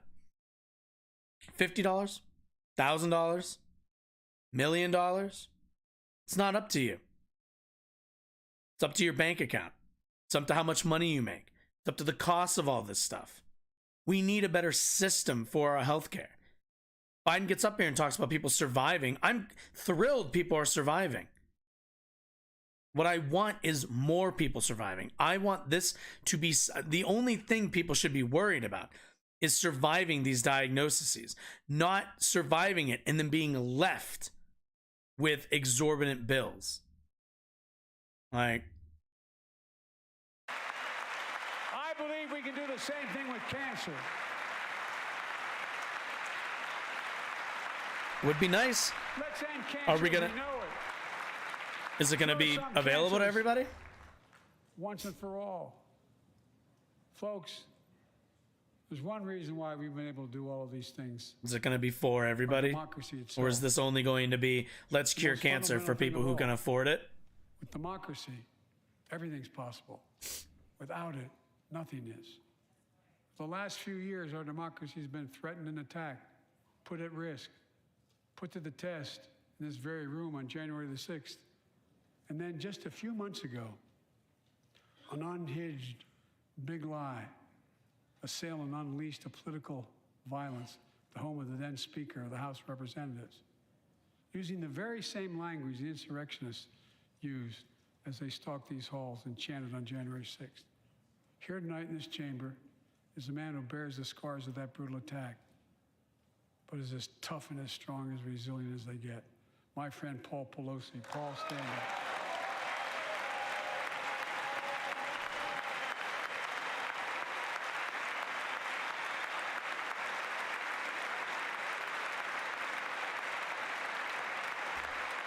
Yeah, I'm kind of with everybody else. Why is Bono here? But such a heinous act should have never happened. We must all speak out. There's no place for political violence in America. We have to protect the right to vote, not suppress the fundamental right. Honor the results of our elections, not subvert the will of the people. We have to uphold the rule of law and restore trust in our institutions of democracy. And we must give hate and extremism in any form no safe harbor.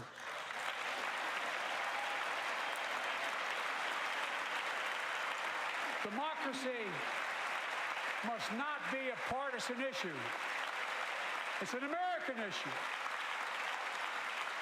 Every generation of Americans has faced a moment where they have been called to protect our democracy, defend it, stand up for it. And this is our moment. My fellow Americans, we meet tonight at an inflection point, one of those moments that only a few generations ever face, where the direction we now take is going to decide the course of this nation for decades to come. We're not bystanders of history. We're not powerless before the forces that confront us. It's within our power of we, the people. We're facing the test of our time. We have to be the nation we've always been at our best. Optimistic, hopeful, forward-looking. A nation that embraces light over dark, hope over fear, unity over division, stability over Luigi. chaos. We have to see each other not as enemies, but as fellow Americans. We're good people. The only nation in the world built on an idea. The only one.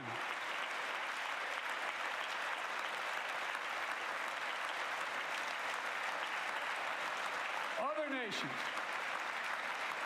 are defined by geography, ethnicity. But we're the only nation based on an idea that all of us, every one of us, is created equal in the image of God. A nation that stands as a beacon of the world. A nation in a new age of possibilities. So I've come to fulfill my constitutional obligation to report in the State of the Union. And here's my report.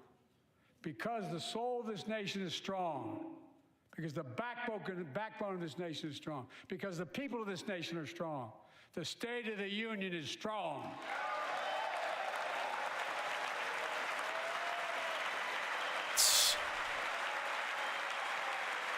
My man had to like, man, fuck your backbone.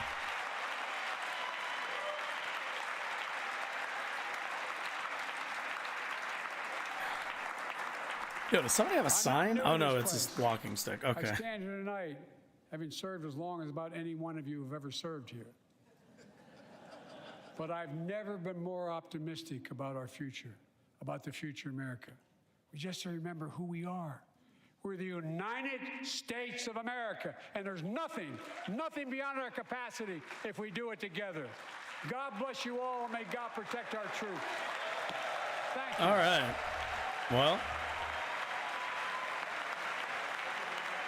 Well, there you have it, folks. The state of our union. Close this. shift back President over. Joe Biden calling on Congress. Shush, shush, shush, shush, shush, shush, shush, shush, shush.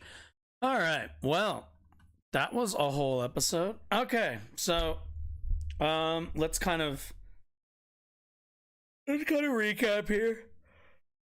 Biden, yeah, advocating for a lot of programs, advocating for a lot of I guess legislative goals that he knows are not going to come to fruition.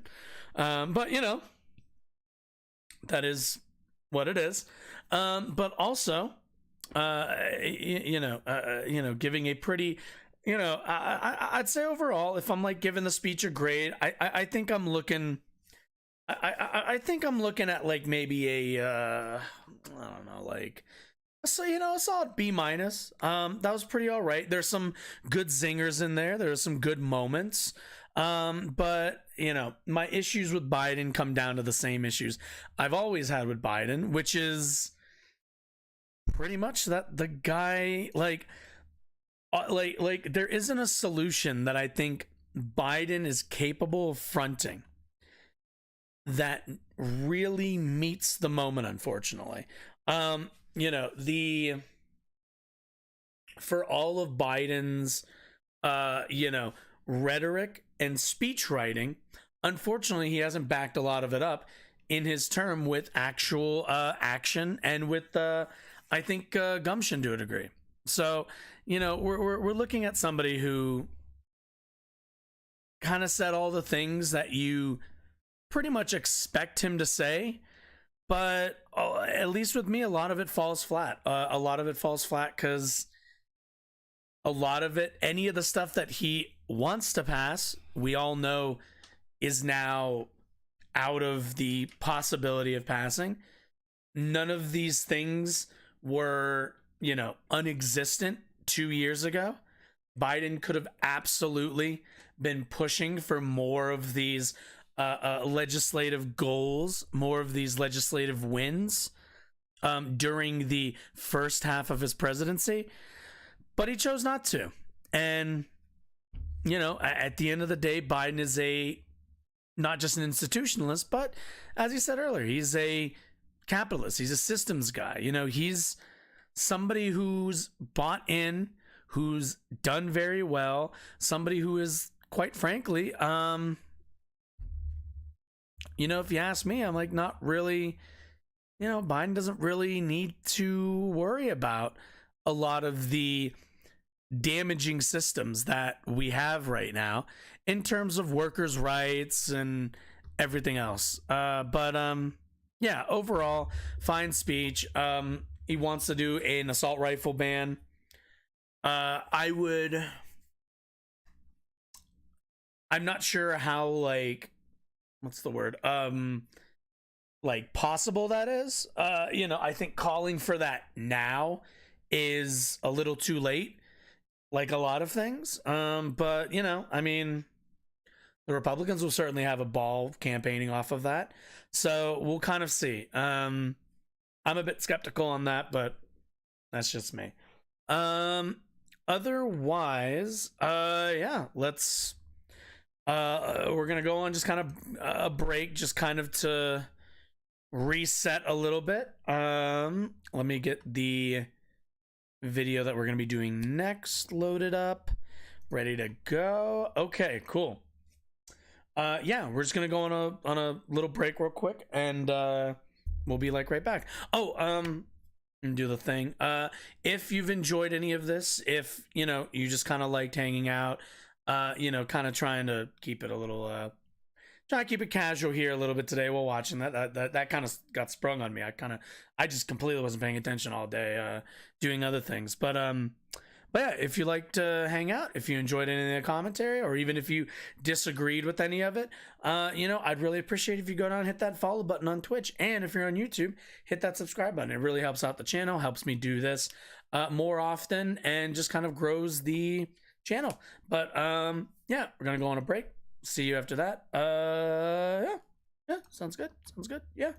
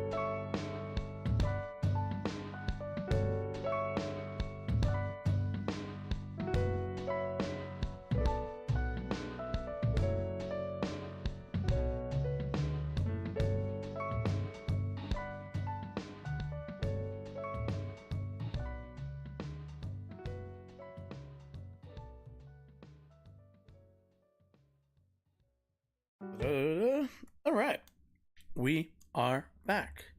Yes, we are back. Oh, the big question is going to be what the volume is going to be like. I'm assuming this will be, the settings should be the same. Okay, so we watched the first half of this yesterday. Let's just pick up where we left off, shall we? Left media. Yep, that's loud. That's loud, all right.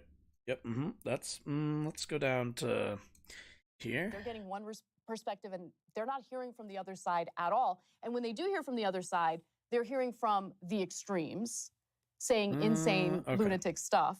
And they think that that's representative of right. everyone on the right. And I don't think that's necessarily true.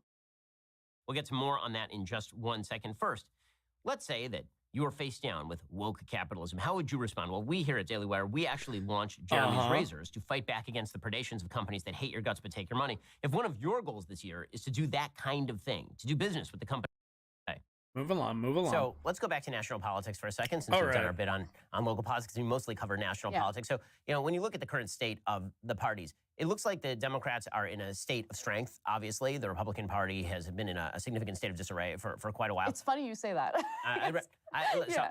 I was about to say, I think that that's actually masking a lot of divisions underneath the surface in the Democratic Party. I think the Democratic Party has sort of an eggshell skull. I think right now, because the Republican Party decided to raid the local homeless shelter for their candidates, the Democrats have been shielded from the consequences of their own bad issue choice and some fairly bad candidates of their own, ranging from people who literally had strokes in the middle of a campaign to a president who does not seem capable of carrying out his office. I'm going to ask you to diagnose the Republican Party in a second and which direction you think that Republican Party is going to go. And then we can get into where we really disagree, because we've been doing too much agreeing so far. That's a problem.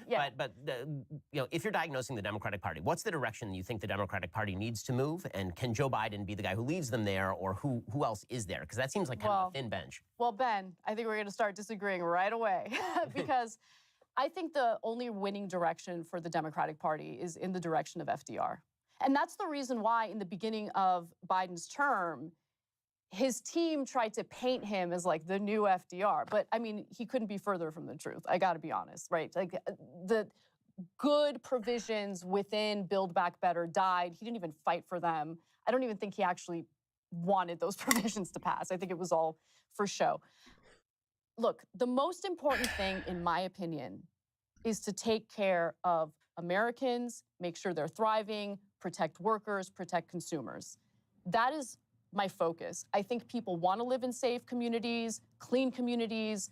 I don't think it makes you some crazy rabid right-winger to want that. I think everyone wants that, and they need to be honest about it, right? So for Democrats, stop focusing on scaring people about the scary right-wing candidates and offer them real solutions that you're going to fight for. I think that's the only long-lasting winning strategy for Democrats. Are they going to do it? No, because they're captured by the money. There's too many.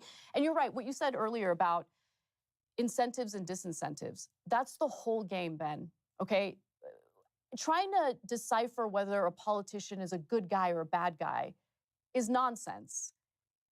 Are the incentives there to ensure that this elected official is actually going to be honest and work on behalf of his or her constituents? That's the real question. And right now, I think all the incentives are in the wrong place. So what's the number one policy you'd like to see the Democratic Party pursue? You're a legislator now. You've been elected president. What's your first initiative as president of the United States? I mean, you couldn't do this unilaterally, but I think one of the main policies that would improve a lot of these other issues that we're talking about is healthcare. Single-payer healthcare, or at least, in the very least, in the short term, just reform healthcare to a point where everyone has the coverage they need to get the care they need. So the untreated mental illnesses that we're seeing on our streets right now, that is a byproduct of a broken healthcare system.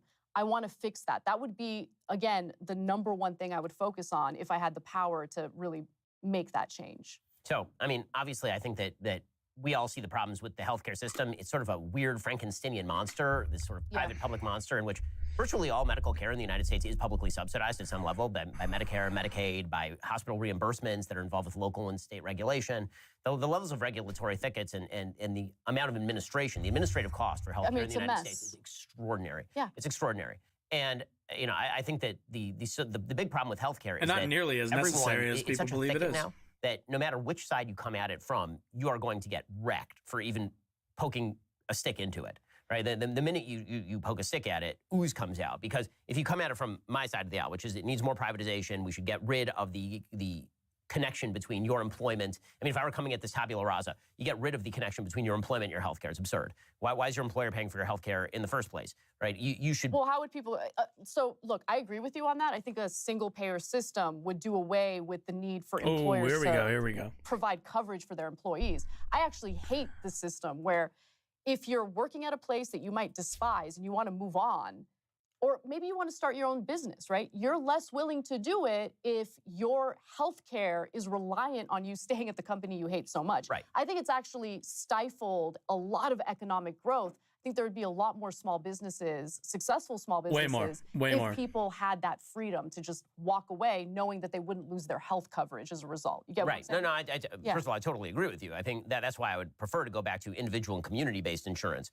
Right. This is why the lack of social fabric really is a problem, because in my vision of a perfect healthcare world, essentially because you know your neighbors and you know your community, you don't want your neighbors to die, your community helps subsidize your healthcare. But I have very serious doubts about the national community subsidizing healthcare at a large scale, because I don't know that person in New York. I don't know what their habits are. I don't know what incentives they have to engage in the healthcare structure. And you do see a wide variety of sort of models that have been used, right? Singapore is a much more privatized healthcare system than, for example, Great Britain. So there are a bunch of different ways to sort of slice this particular issue. Yeah, you know what's interesting, because we hear a lot of, I feel like the right wing in America puts words in the mouths of Canadians and people living in Great Britain when it comes to their health insurance, policy, and their nationalized health care.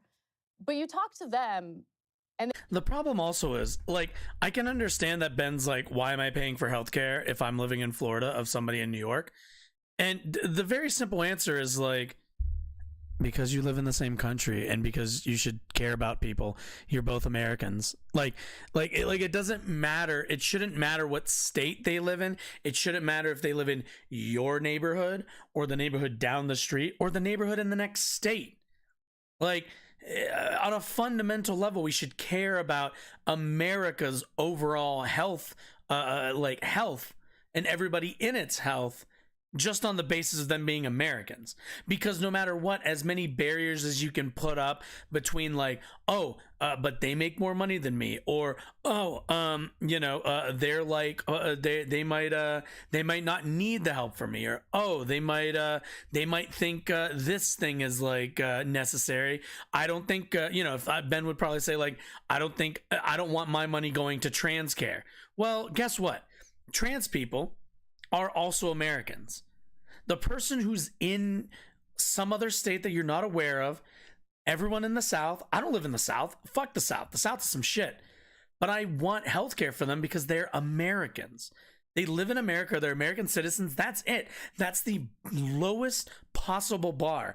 And that's why I think the bar needs to be set that low, because you need to have it available to the broadest definition of people in this country, to which that would be Americans. Like, and also you would much more easily be able to leverage that access against those corporations when it comes to bargaining and negotiating. If you're living in like some small town community who rallies together, guess what? Any health insurer, any hospital outsizes you so much, and you as a community are dependent on that hospital. You don't have nearly as much leverage as you think you do. But an entire country, you absolutely do. An entire state, you absolutely do. So they seem to love it. So I'll give you an example. So when Boris Johnson was running again for prime minister, what was really interesting is how he kept emphasizing the need to bolster. Oh, it's a third rail there. You can't touch it. But it's a third rail because of how much the people living there love their healthcare system. And so there's freedom that comes along with that. When you consider the fact that our life expectancy in the United States is comparable to that of Cuba's, there's something broken in our system. Well, I mean, so first of all, I mean, whenever we get into these sorts of discussions, you have to start looking at apples to apples comparisons in terms of the demographics of the United States, our age, the ethnic composition of the United States, because different ethnicities actually have different health problems disproportionately.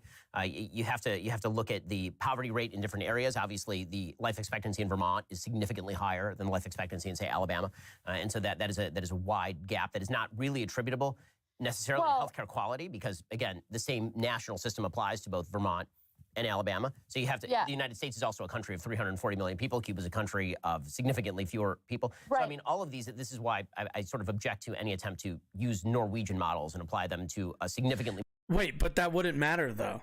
It doesn't matter. As long as you're leveraging an entire society, the larger your society, the more bargaining power you're going to have. Like, I've heard people say this where they're like, oh, but they're like a smaller country. They can like afford that. We're a bigger country. We're a much larger country with a much larger economy. Like, it scales. See, that's the thing. Like the healthcare costs will scale. We can easily scale for size in these cases. Like, it's why we have measurements per capita or measurements per like, you know, X number of citizens or whatever in any given area. Like, you can scale this stuff very easily. More diverse, heterogeneous, and large country. Well, okay, so let me get into that, because if you look at what's worked, because Cuba, I mean, obviously incredibly poor country, especially with embargoes and all of that. That the U.S. has placed on sponsor of terror, them. which led to other countries feeling very uncomfortable doing any business with Cuba. So its healthcare system is severely under-resourced. But what they've done correctly is they've focused most of their energy on preventative care, because preventative care is less costly than just allowing people to get super sick. At that point, you know, whatever illness they have is a lot more costly to deal with. So they're like, all right, we don't have the resources. We just got to make sure we really hone in on preventative care.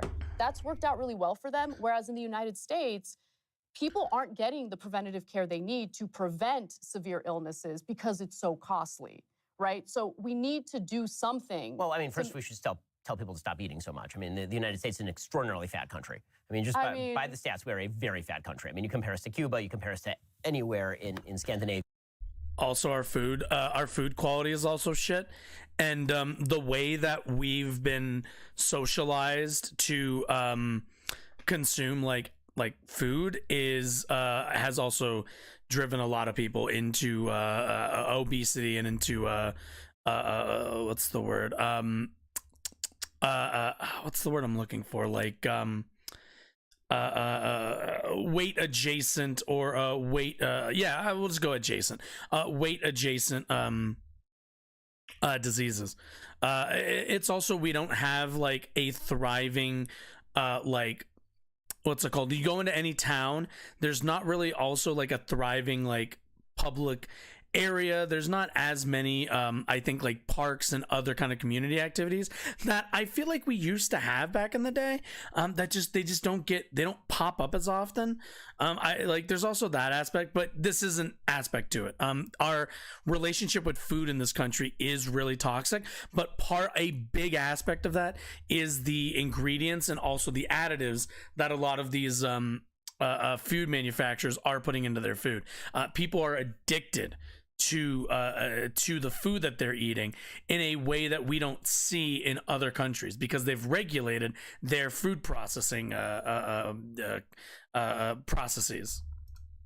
Yeah, this is a country that has, I mean, this is why during COVID, people would say 40% of the population has pre-existing health problems. And meanwhile, Sweden's like, let her rip, man, we're all in great shape. But it's, you know, so again, comparing apples to oranges is a very difficult thing. When it comes to the NHS or Canada, the only pushback that I give there is that you'd be hard-pressed to find a government-provided universal system of any sort that is widely disparaged by the people who benefit from it.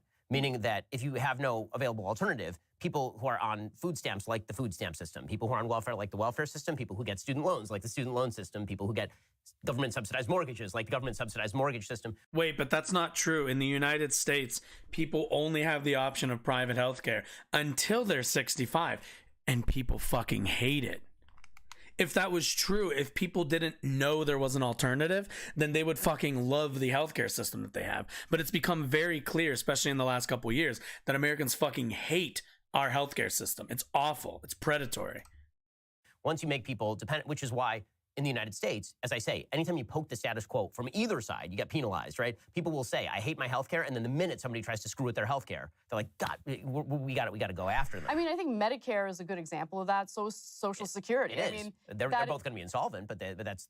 I don't think that's necessarily true. We'll have to raise taxes pretty dramatically. Yeah. Or lower benefits, or lower the retirement age. I mean, which is really what we should I do, think by the way. you're going to hate me for saying this, but I think the cap on Social Security taxes should be lifted entirely. Oh, no, I'm not. By the way, that is at least an ideologically consistent position. Yeah. Meaning that if you are going to say that we need to maintain Social Security as it currently stands, as a defined outcome plan, as opposed to a defined contributions plan, then of course you're going to have to raise taxes. Right. I mean, like, I'll say that, I have more, it is a more honest argument to say that we want Scandinavian-style welfare systems, so we need Scandinavian-style taxes, than the lie that is currently being pursued by both sides, I will say, that we have to spend exorbitant amounts of money and never pay for it under any circumstances, and then just basically bet that the bill will never come due. Right. So if you say raise Social Security tax, I'm like, okay, fine, that's an argument we can make, right? Because what I object to is you'll say raise Social Security taxes to pay for Social Security, and I'll say I don't want that to happen. That's a good debate. What I object to is if I'll say, listen, in order for Social Security to maintain, you're going to have to go to austerity measures. You're going to have to cut the age of retirement because people are living longer. You're going to have to you're going to have to raise taxes. And the person on the other side will say, none of that's true. It's like, no, one of those things has to be true. But yeah, right? but see, that's what I'm talking about. Just going back to our conversation earlier, determining the difference between a good faith or bad faith individual and whether or not you... Also, by the way, like, let's talk about this. Like, Ben's over here like, oh, increase austerity measures, which means put more pressure on workers, more pressure on average Americans, raise the retirement age. That means Americans are going to be working longer.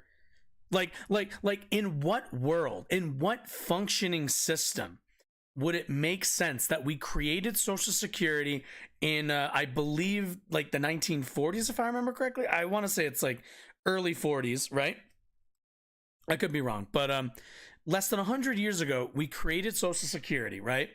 We created Medicare and all these systems to ensure that when people are at a certain age of retirement, that they're able to enjoy the second half of their life as they've, since they worked the entire first half, usually more than the first half. I mean, we're talking quite a bit of work years.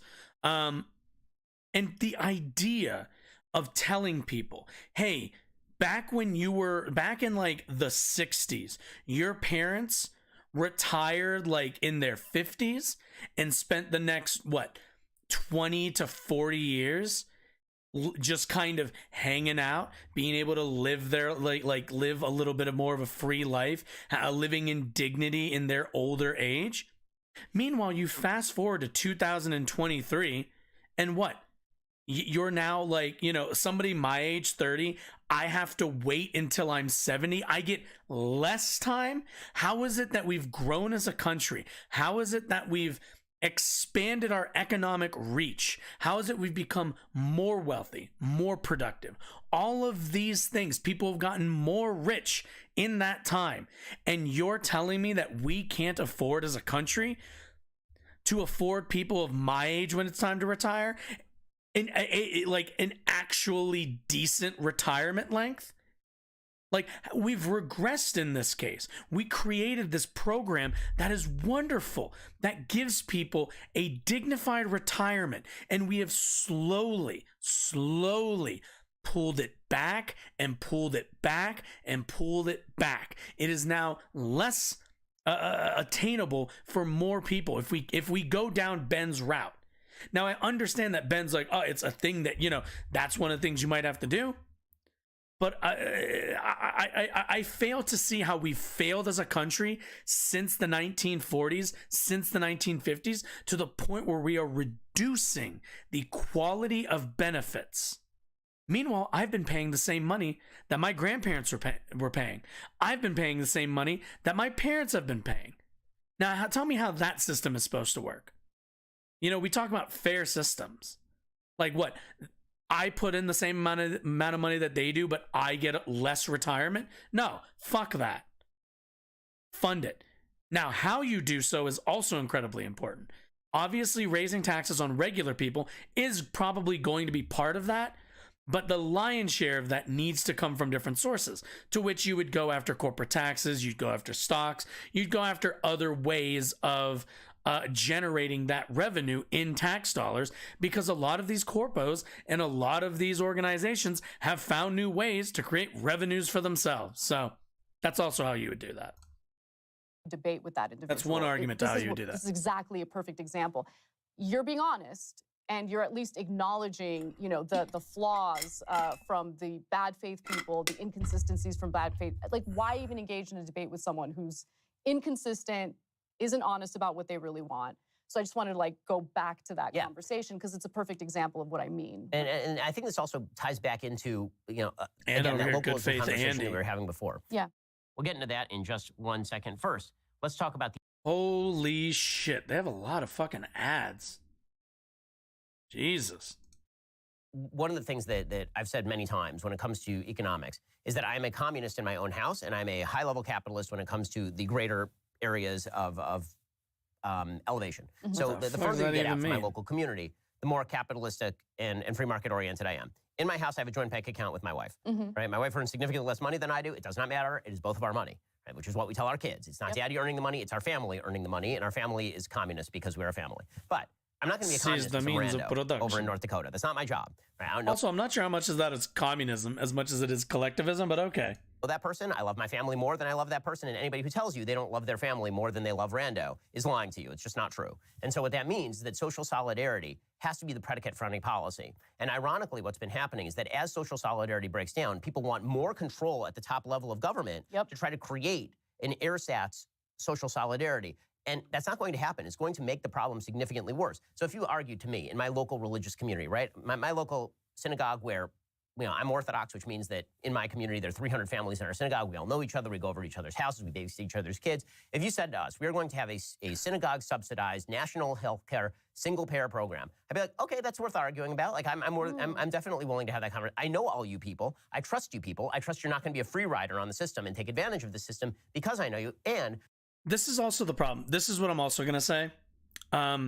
People who do like I don't trust you, I don't know you, da-da-da-da-da. I think this is where the fundamental, breakdown comes, where I don't really have a better way of saying this.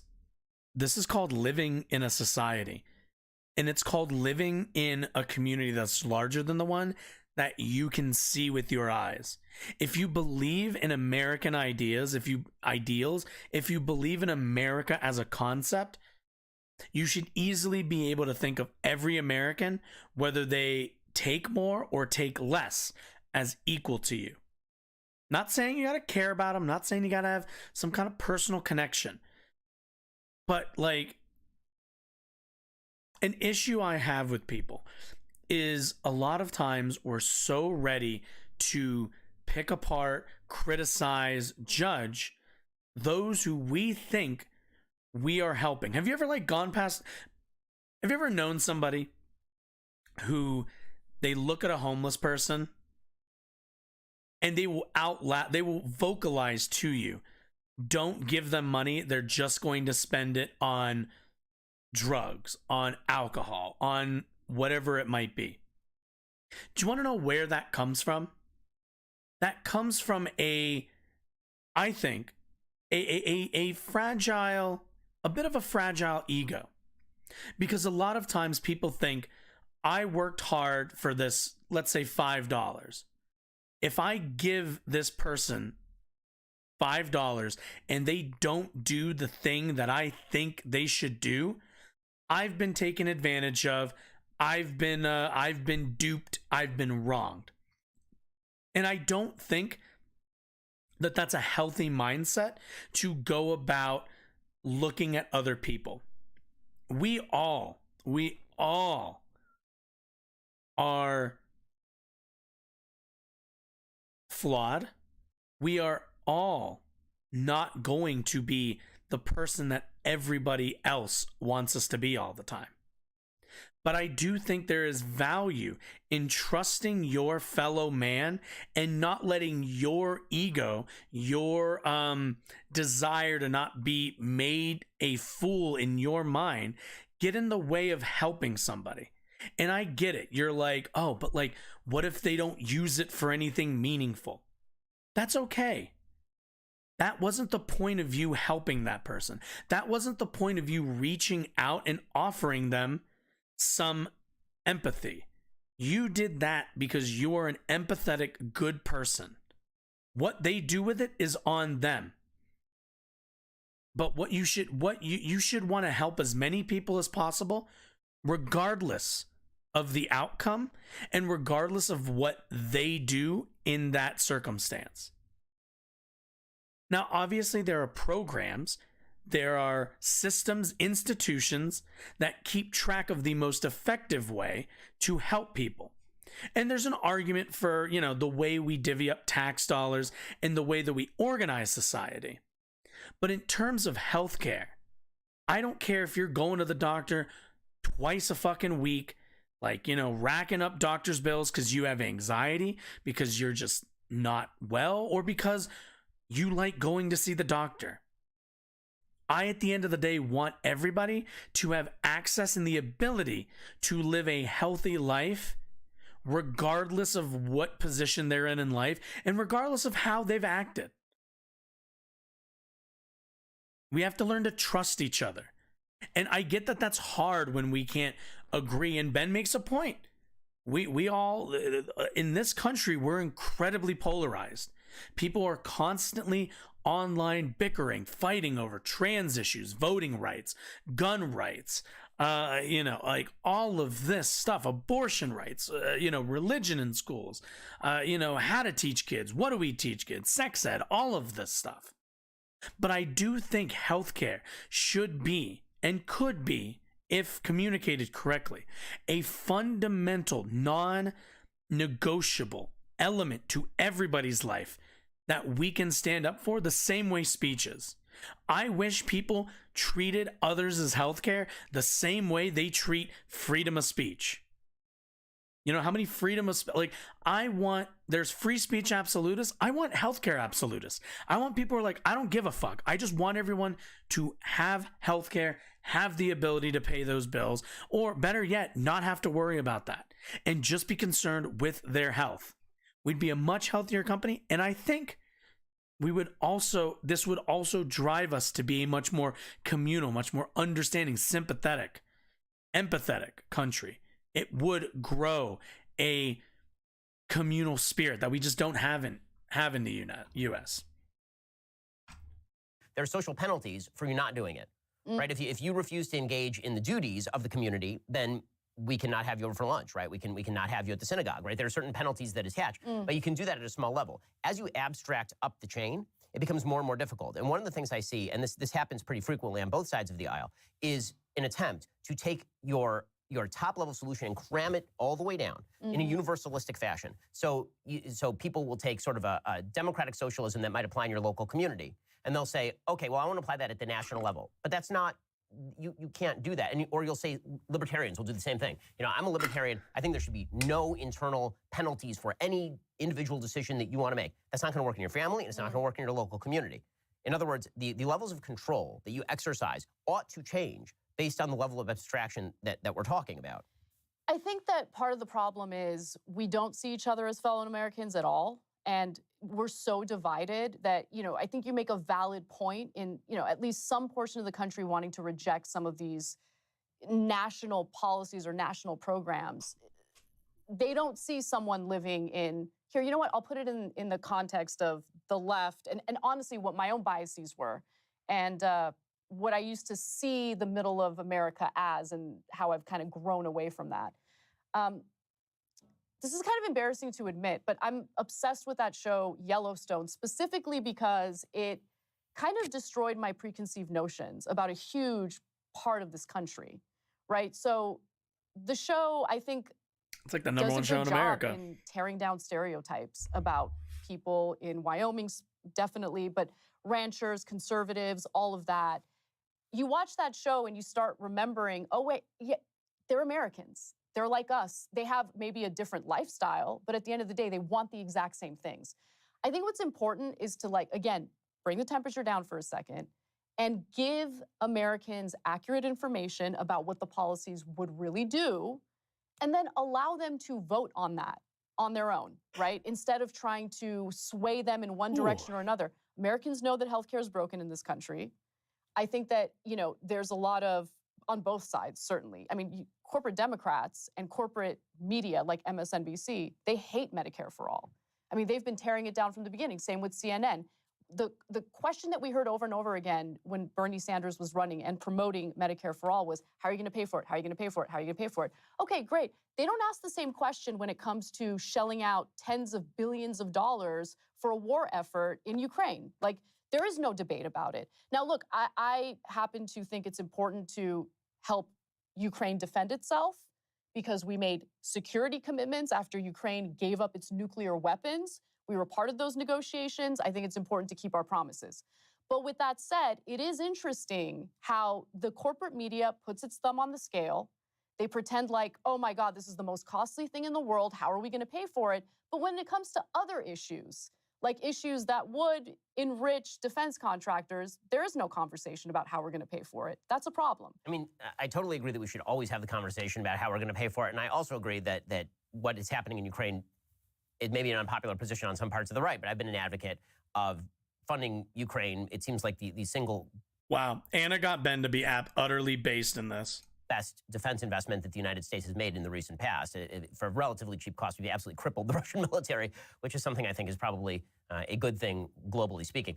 With that said, there obviously is a difference in scale between the amount of money that we're spending in Ukraine and the amount of money that would take to do Medicare for all. Right. And there are obviously significant drawbacks to Medicare. I mean, if you look at the NHS, for example, there's a recent article in the New York Times talking about the delays in, for example, ambulances, people waiting 12, 24 hours, literally on a field, not being able to get what they need, because once you make systems national, you're going to have to in some way ration the resources. And then the question becomes, what are the resources? Either you have to increase the resources that you're utilizing, which means increasing taxes or increasing regulations, or you have to regulate the amount of care that people can receive on the other end. Well, my personal experience with sort of a Medicare for all system is in Israel, their emergency care is very good. And if you have cancer, you are in serious trouble. And this happens to be what the statistics kind of bear out. The United States has the highest 5-year survival rate for things like breast cancer. If you have a serious disease, people are coming to the United States for surgery, for treatment. If you have a broken arm. Now, all the stuff he's talking about, very expensive. In terms of the United States, if you are willing to spend the money, we have good healthcare. This is what Anna was also talking about when she mentioned like preventative care. The reason why Israel, as a good example, doesn't really have a robust, or at the very least a comparable to the United States, cancer program in terms of like addressing that sort of thing is because, and I'm willing to bet if I go look this up, their rate of cancer probably isn't that high, or their rate of catching it early is a lot higher. See, when you're preventative care, like, again, it always comes down to, if you're spending more money in preventative care, you're going to save money on the back end for high end stuff. It doesn't necessarily mean that people who get those higher level diseases are like completely fucked, but it's just like, there's not the same kind of system because it's just that much more rare. Now, in the US, we already have all of this amazing infrastructure in terms of like addressing cancer diagnoses, right? So even then we would, like, since those are already in place, moving to a Medicare for all system, or moving to a system that is a lot more preventative focused, we wouldn't suddenly lose any of those cancer programs. Those cancer programs would then become preventative cancer programs. We would actually probably, I'm not a fortune teller or anything, but I suspect that those organizations would then be able to focus more on research. And also, like, you still, like, those businesses aren't going to go anywhere. Those hospitals aren't going to go anywhere. They're still going to be here. There's still going to be people over the preceding years as the country gets progressively healthier in terms of its healthcare. So, like, I get what he's saying, but I do think that, like, because of where we are and because of where we started, since we started where, in terms of like having very good, expensive healthcare, scaling down that very expensive healthcare is going to still always be there. And those programs aren't just going to disappear like that, so. You're probably better off in a nationalized healthcare system because it's fairly simple thing to solve, and it's not going to cost you, quote unquote, anything except indirectly. But I think it's really important to differentiate the quality of care that is available in the United States, which I agree with you is fantastic if you can afford it. And when it comes to your life, or when it comes to a family member's life, let's say you don't have the money up front to pay for the procedures or the treatment that if you're you coming, need, yeah, right? like, because if you're coming from Israel to America, it means you have quite a bit of money. Poor people who live in Israel do not come to America to get cancer treatment because they can't afford it. Like, they wouldn't be able to afford it anyway. Like, and Americans who live in America can't afford a lot of cancer treatments. So, like, people are willing to go into debt because at the end of the day, it's about your life. And I am tired of seeing elderly individuals, retired individuals in this country lose everything, go bankrupt because of how broken our healthcare system is. It needs to be fixed. So on one hand, I agree with you. The quality of care is certainly here. It's where people come to get the treatment they need. But in a lot of cases, Americans go bankrupt for this. I'll give you an example. My mom was diagnosed with she'll be okay with me sharing this because I've talked about it on the show before. She was diagnosed with blood cancer last year. I'm sorry to hear that. Yeah, and it was really difficult because her bone marrow stopped producing hemoglobin, and we didn't know what was wrong with her before she got diagnosed. She was just very, very weak. She had no color at all. It was terrifying. She had to keep going in to get blood transfusions. Finally, they diagnosed her, and they said, look, the good news is there is a medication. You can be on this medication for the rest of your life. It's a chemotherapy medication. It's called Revlimid, but it's monopolized. And even though Revlimid was discovered decades ago, in I think the 1950s, if I'm not mistaken, the way patent law works with pharmaceutical drugs, I mean, they've found loopholes and they were able to extend the patent, extend it. So there's only one option. And even with insurance, I mean, my mom's older, you know, she's covered and everything. Even with insurance, it's $2,500 out of pocket. And, you know, I'll do anything to keep my mom alive. You know, we'll contribute to it. Luckily, you know, they found a solution. She's doing great. But if you don't have the privileges that... And a lot of those solutions, by the way, are taxpayer funded. A lot of those subsidies in local areas and in hospitals are subsidized by your local government, which means at the end of the day, you're already kind of paying for it. So wouldn't it be easier to cut out that middle part? Like... my family has. If you don't have family members who are making enough money to contribute to help pay for that medication, you are screwed. You're either going to go bankrupt or you're just going to decide, I'm not going to get the medication and I'm just going to end my life that way. Right. And I don't want Americans suffering from that. So we need to find a better solution. And so far, from what I've noticed in different models in other countries, that single payer solution seems to be the best option. Right, so it's the only one that covers that you have to everyone. Take into account a few different things in a situation like that. One is the cost of development of drugs. Virtually all medical patents happen in the United States, specifically because it is a free market system. We fund the research and development, though. Well, I mean, we do, but it's not even close to what the actual medical companies spend on research and development. What the federal government spends on R&D for medical product is so much lower than what Pfizer spends on R&D. And it takes forever for, I mean, the vast majority of these things are washouts. Hundreds of billions of dollars will be spent on drugs. For pharmaceutical companies? By pharmaceutical companies that don't go to phase 3. I mean, they certainly provide quite a bit to their shareholders. So. Well, I mean, it depends on which ones. You're looking at the ones that actually succeed. I mean, we're also first of all, we're also talking about pharmaceutical companies who their shareholders do not make money on the products they create. They make money on the speculative value of their stock. For every pharmaceutical company that succeeds and actually becomes a thing, there are a dozen that fail. I mean, this is just the way that biopharmaceuticals work. I was talking with my friend Vivek Ramaswamy, who founded Roivant Sciences, and this is literally how you used to invest. The idea was that you invest in a bevy of drugs, like a basket, and the vast majority of them will die before phase 3, and a few of them will be successful. How do you make up all the money to pay for all the ones that fail in order to pay for the one that succeeds? So how do you continue to incentivize it? So I think that the questions that we ask are the same questions. The solutions are different. So how do we continue to incentivize the creation of drugs that can help your mom? 2, how do we help your mom pay for the drugs once she gets sick without destroying the incentive? 3, how do we actually incentivize doctors to care for your mom with, say, Medicare reimbursement rates that aren't significantly lower than what they can get cash out of pocket, which very often you're seeing doctors in specialized fields just stop taking Medicare entirely because they're operating now across the table. They'll just say, we'll take cash only. This happens in the surgical profession a lot. Right. And so, well, yeah, because doctors want to make a lot of money. And to that, it's always like, cool, then don't be a doctor. I don't want doctors who are in it to make like a bevy of money. I want them to be in it to actually like produce good outcomes. And also, at the end of the day, like if we're talking about a Medicare for all system, a lot like you would just have to put into the legislation, or the way you write it, you would have to really elevate like specific doctors, which would be kind of easy if they're taking care of a lot of the preventative care.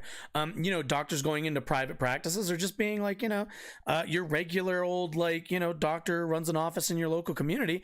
Like that guy's going to have consistent people, like a consistent clientele base, and he's going to make consistent money from what he's going to get kickback from the government in terms of covering their healthcare. Like the negotiating costs are a lot, can be driven more towards doctors. Like I'm fine with doctors making more money.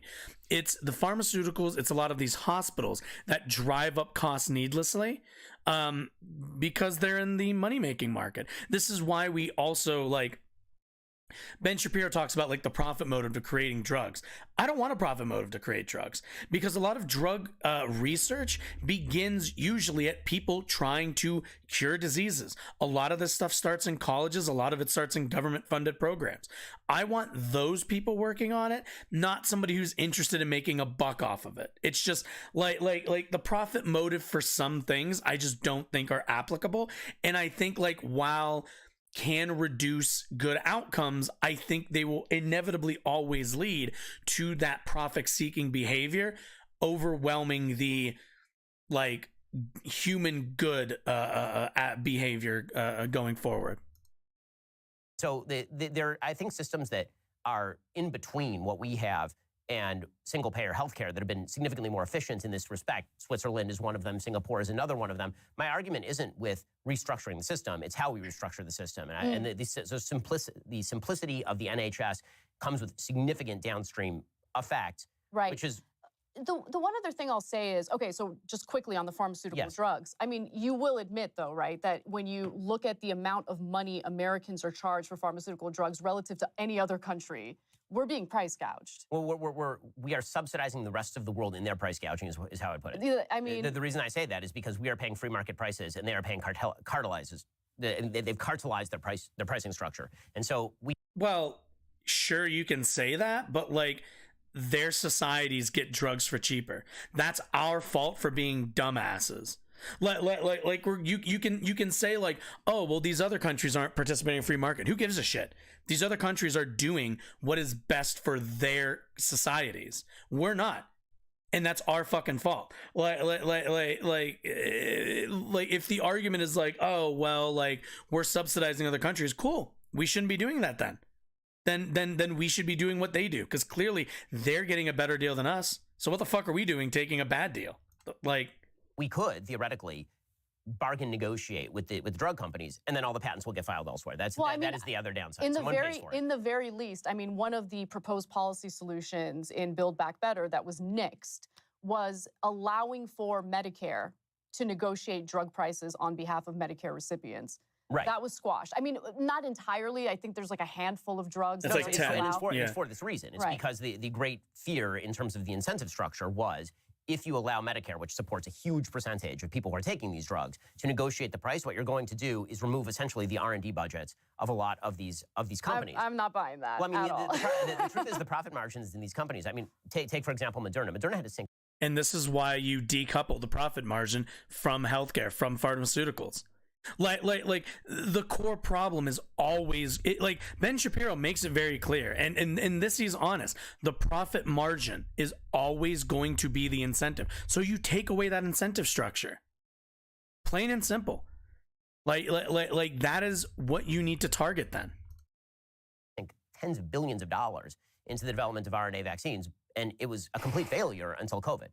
I mean, like that was Moderna was essentially bankrupt before COVID happened. And this is unfortunately the way that science very often works, that it fails and fails and fails and fails until it succeeds. And it costs and costs and costs until it succeeds. And this is, I think, a general point about business that people should understand as a person who is a business person, runs a successful business. For every business that gets founded and succeeds, and people see the really rich person at the very top, they miss the 5 businesses that they started before that failed. And literally, for me and my business partner, it was several businesses that we had started before that did not succeed until we hit the one that actually worked.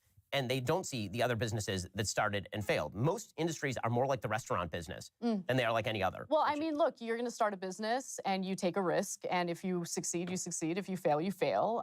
But at the end of the day, when we're talking about Americans funding research and development for these pharmaceutical drugs, I don't think it makes sense for us to then be price gouged by these companies, which, look, I mean, I don't have the numbers in front of me. I wish I did. But you look at the profits from these pharmaceutical companies. It's insane. The amount of money they make profit alone every year, year after year, the amount of money they pay their executives year after year. I don't think you can make the case that the amount that they charge Americans for these drugs. You would also have to ask, like, you know, the money that they're giving to like CEOs and all the rest of these executives, what value are they creating? Do CEOs make new drugs? Are any of these companies, the only thing they're doing after a drug, after like this or that drug is created, you know, discovered, created, and patented and everything, what are they doing? They're just manufacturing it after that point. But that's, for the most part, that's pretty much it. They have manufacturing costs, they have R&D budgets, sure, but like, okay, that's it. Like what, at what point is it that like we've put the incentive of them making money over the lives of the people that they're facilitating with their medicine? So it's like, you know, it's always like you know, sense. we as a society need to put people first. We'll have to disagree on that one. Yeah. It's fun, but we're getting to disagree on this and stuff. So let's talk about some of the other issues. I've had you diagnose the Democratic Party, so now diagnose the Republican Party. We'll get to that in just 1 second. First, Holy shit. Ben is proving why he has a business, a lot of sponsors. agreements in terms of you want more government control and regulation of industry generally. You're a big fan of labor unions. Obviously, Definitely. you and I have a wide-scale disagreement on that. I think that they radically raise costs, which is why you've seen so much business move out of the country, and also why you've seen fewer and fewer members of the private sector joining. Wait. That's why you've seen people move out of the country? Have we had unions?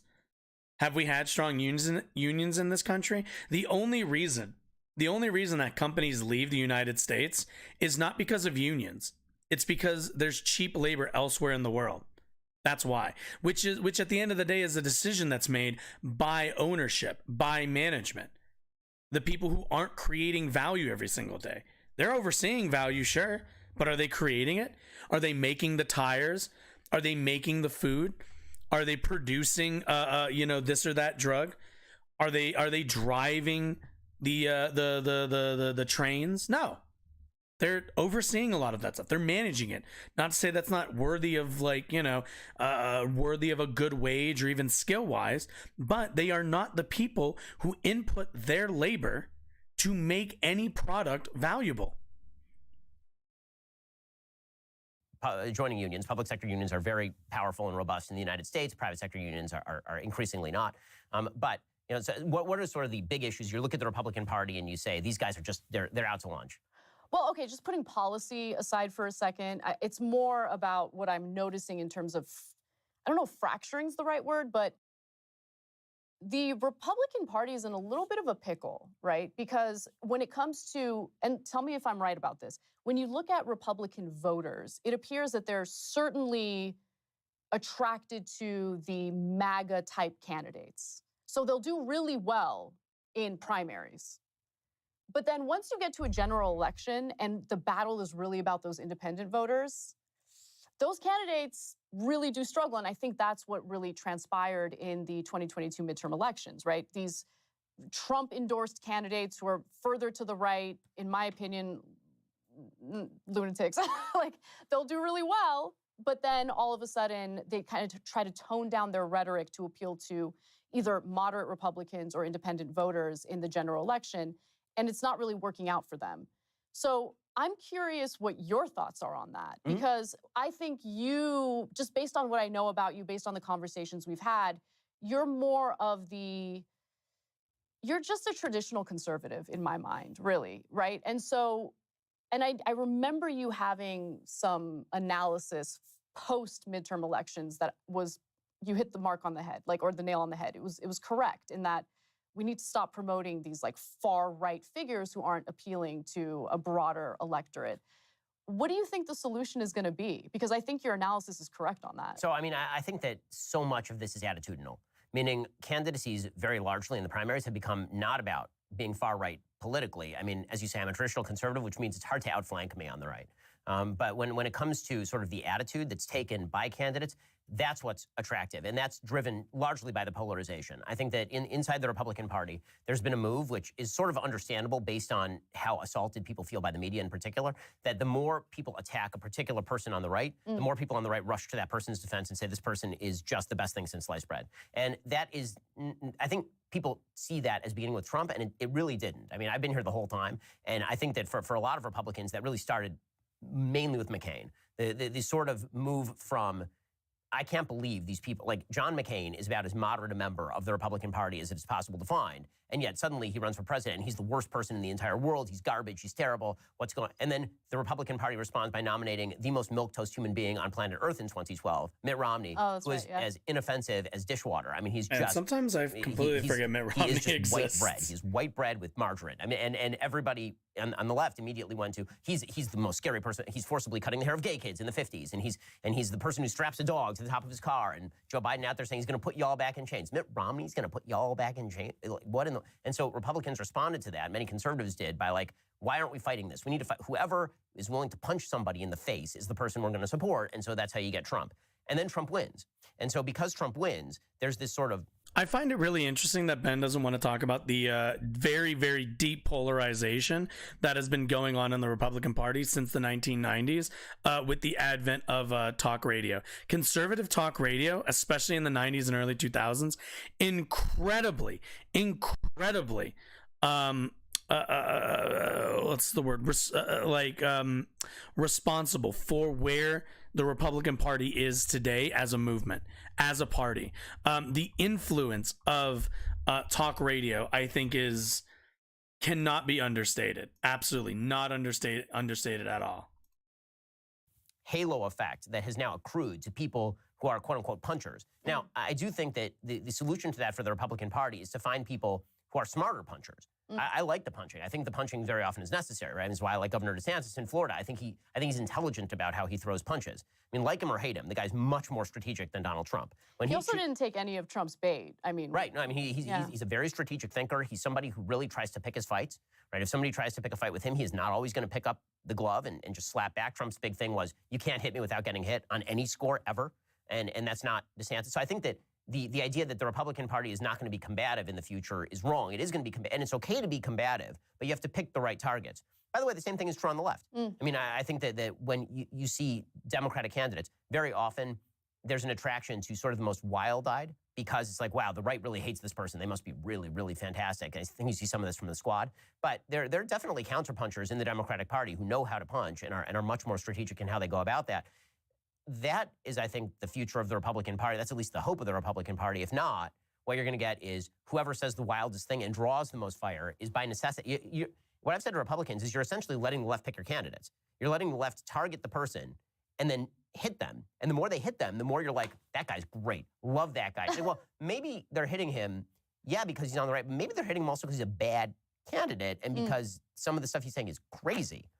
Yeah, I mean, Herschel Walker was not. He's a bad candidate. He was a I'm terrible sorry, he's a bad candidate. Absolutely terrible. I mean, same with Oz, right? I mean, and that's the other thing. I feel like the quality of candidates has really gone down, and it's really that has accelerated post-Trump, and it's like, I guess anyone can run for Senate now. Like, what's going on? I mean, that is a serious job. We've got 100 senators. It's an important job. You got to be. Look, I'm not like some elitist that thinks like, oh, you have to have this decorated record and you've done this and you've done. I like ordinary people representing Americans, but smart people who have actually thought through the policies they're promoting. I feel like you're right. There's a lot of rhetoric going on. I see a lot of that on both sides. A lot of negative campaigning where everything is about attacking the other side. Ooh, the other side is so scary. So you have to vote for us because if you don't, the other side's going to win and your life is going to be miserable. And honestly, I don't really notice much of a difference if it's a Democratic administration or a Republican administration, because at the end of the day, there's a lot of talk. I feel like there's a lot of show going on, but when policies need to be passed, and I think this is partly due to how our institutions are set up as well, nothing really gets done. Well, so I think that the purpose is that nothing should get done. But I think that the problem is that actually, in spite of that, things continue to grow. So I think we have an increasingly incompetent yet intrusive government. And so that's a bad combo. If you're going to have a government that is very intrusive, it better be damn good at what it does. And it seems like precisely the opposite. All of our institutions are failing to actually perform on the promises that they are promising. And then they promise in response more promises. And then people are like, well, that guy is promising a lot, so probably he'll do the job. It's like, well, maybe no one can do this job, which, again, I keep coming back to the localism point, but I really think that it's easier to get things done on a local level than it is on a and it was designed that way, and I'm not sure that that's a bad design. I think we have outsized expectations of what the federal government can do, and what that means is that whoever promises the most and talks the biggest is the person who's likely to do well in national politics. Yuval Levin has made the point, the sort of center-right philosopher at AEI, he made the point that when it comes to Congress, when it comes to the Senate, it used to be that Congress and the Senate, these were institutions that shaped the people who went into them, right? That you became a congressperson, that meant you learned the rules, you learned the ins and the outs, you figured out exactly how policy got made, how the sausage, you cut the deals, you did the stuff in the back room, but then you campaigned on, right? It was an actual thing that shaped who you were. And now, instead of it being institutions shaping the person uses the institution as a platform. So the real reason that you go to the Senate is so that eventually you can get a show on MSNBC. The real reason that you go into Congress is so that eventually you can get a contributor slot on Fox News. That basically people like you and me who are in the commentary business, people who used to maybe aspire to go into politics, it's now the opposite. People go into politics aspire to go into the business that we are in, actually. That's so true. And by the way, I find that so disgusting, right? Disgusting both for the media outlets that instead of hiring trained journalists, people who actually want to do unbiased reporting, instead of hiring them, it's like, let's hire, some operative within the Republican Party, someone who's in Biden's administration. I don't think that that's the right way to go. I think the partisan media is becoming more and more ingrained into today's society, and that's leading to more of the divisions that are not conducive to finding solutions that Americans want. But look, to your point about localism and all of that, this is a little bit of an example of what I'm seeing happen on the left that kind of reinforces your point. You go to Scandinavian countries and they don't have a federal minimum wage. What they have is trade unions who negotiate wages based on their workers. Right. That's why I want worker power, right? That's why I want workers to be organized. I think it's a far better solution to have labor unions engage in those negotiations and those debates with the employers, as opposed to sitting around and waiting for this insanely corrupt federal government to keep their promises in raising the minimum wage. Minimum wage hasn't been raised. Trade unions also provide the unemployment benefits, by the way, in Scandinavia. They do, that's right, They essentially do the job of what the federal government tries to do here. One of the major components or factors in wages stagnating beginning in the 1970s was the decline of labor union membership. So that was the decade when labor unions really started to kind of fall apart to the point where we are today. Now we're starting to see a little more labor militancy. Honestly, that's the only thing that's giving me a little bit of optimism and hope for the future, because I've kind of given up on thinking that the federal government is going to solve these issues that workers have been dealing with for decades now. But to your point, I do think that there are solutions that are outside of the federal government, and it's really about empowering ordinary people. But it's going to take a lot of work. It's going to take organizing. It's going to take putting your cultural differences aside, because that's an issue that the left has as well, in my opinion, where they want everyone to be pure, everyone to be exactly in line with them ideologically, culturally. Americans are not like that, though. There's a lot of diversity of thought, diversity of opinion. We have different lived experiences, different backgrounds. We need to meet people where they are and not assume that someone who might disagree with you on something is automatically a bad person or a rabid right-winger or whatever they want to, accuse the other of. And by the way, when it comes to private sector unions, I'm actually not fundamentally on principle against private sector unions as long as there's freedom of negotiation and as long as people aren't getting kneecapped on the side of the road, right? The idea of collective bargaining, that's been part of negotiations since the beginning of time. There's nothing wrong with a set of workers saying, we wish to come and negotiate for a higher wage. The employer just has to also be able to say no from time to time. Otherwise, start your own company. Yeah. This is why I remember when last time we talked, we were talking about the idea of, and Bernie was big on this, the idea of sort of collectivization of ownership of companies. And I said, that's called a stock agreement. That's fine. I mean, if you and your friends want to put together a company and you own the stock in the company and you decide the wages, that's just called the company. Like that's fine. And in fact, very often you have some of the biggest sort of collectively owned organizations. I think the biggest one in the world, I believe, is in Spain. Yes, And, Madrigal? yeah, Yes. I think that's right. And they actually Mondragon, engage yeah. in hardcore capitalistic competition. That's right. And have had to cram down on their own workers wage decreases when the market actually undercuts them because ownership is still ownership. But those are decisions that are democratically made within the organization. Because it's connected to the people who actually have a stake in the organization. That's right. Meaning, and if you choose to take the risk, then you also choose to reap the reward. Man, holy shit. Anna just fucking like red pilled fucking Ben over here on on fucking socialism. Jesus. Yeah, that's like the reason why we don't see it in the US, and this is also a key factor in it. The reason why we don't see a lot of what they're mostly describing is what's the term? I might actually have to look it up because I can't remember it right now. Mondragon Corporation? Yeah. Where is it? Worker cooperative. There it is. That's what I was looking for. Yeah, so like the reason why worker cooperatives like Mondragon is not, you don't see them pop up in the United States very often, if ever, is mainly because to be able to start any kind of company like that, you're going to need startup capital. And a lot of banks just aren't willing. A lot of banks, especially right now, are not willing to loan money to workers, basically, to start their own businesses, to start their own worker cooperatives. We also kind of, to a degree, need the government to step into that a little bit to I think kind of incentivize, investing and loaning out to worker co-ops. But that is kind of I think the good next step in terms of transforming how our economy and how work is organized in the United States. Correct. Yeah. Right? So one of the big problems, obviously, is that when we try to posit sort of labor versus management, what both sides are putting in there, there's an opinion by labor that labor is the sort of labor theory of value. Labor is the only thing that's valuable to the organization. Not the I only. don't agree with that, but it is a huge revenue. I would argue it's the plurality. The revenue is created by the workers, and I think that part of the equation is completely left out of the discussion when you're in America. Well, again, I mean, I think that part of the revenue is created by the worker. Some is created by the capital risk that was made by the person. Sure. Some of it's created by the corporate structure. So here's the thing, like whenever anybody talks about capital risk, like that's a fixed amount. If you take out a loan of, let's say, like $500,000 to start your business, right? After you pass $500,000 in profit to you, like after you've collected a salary over like $500,000, you've broken even now.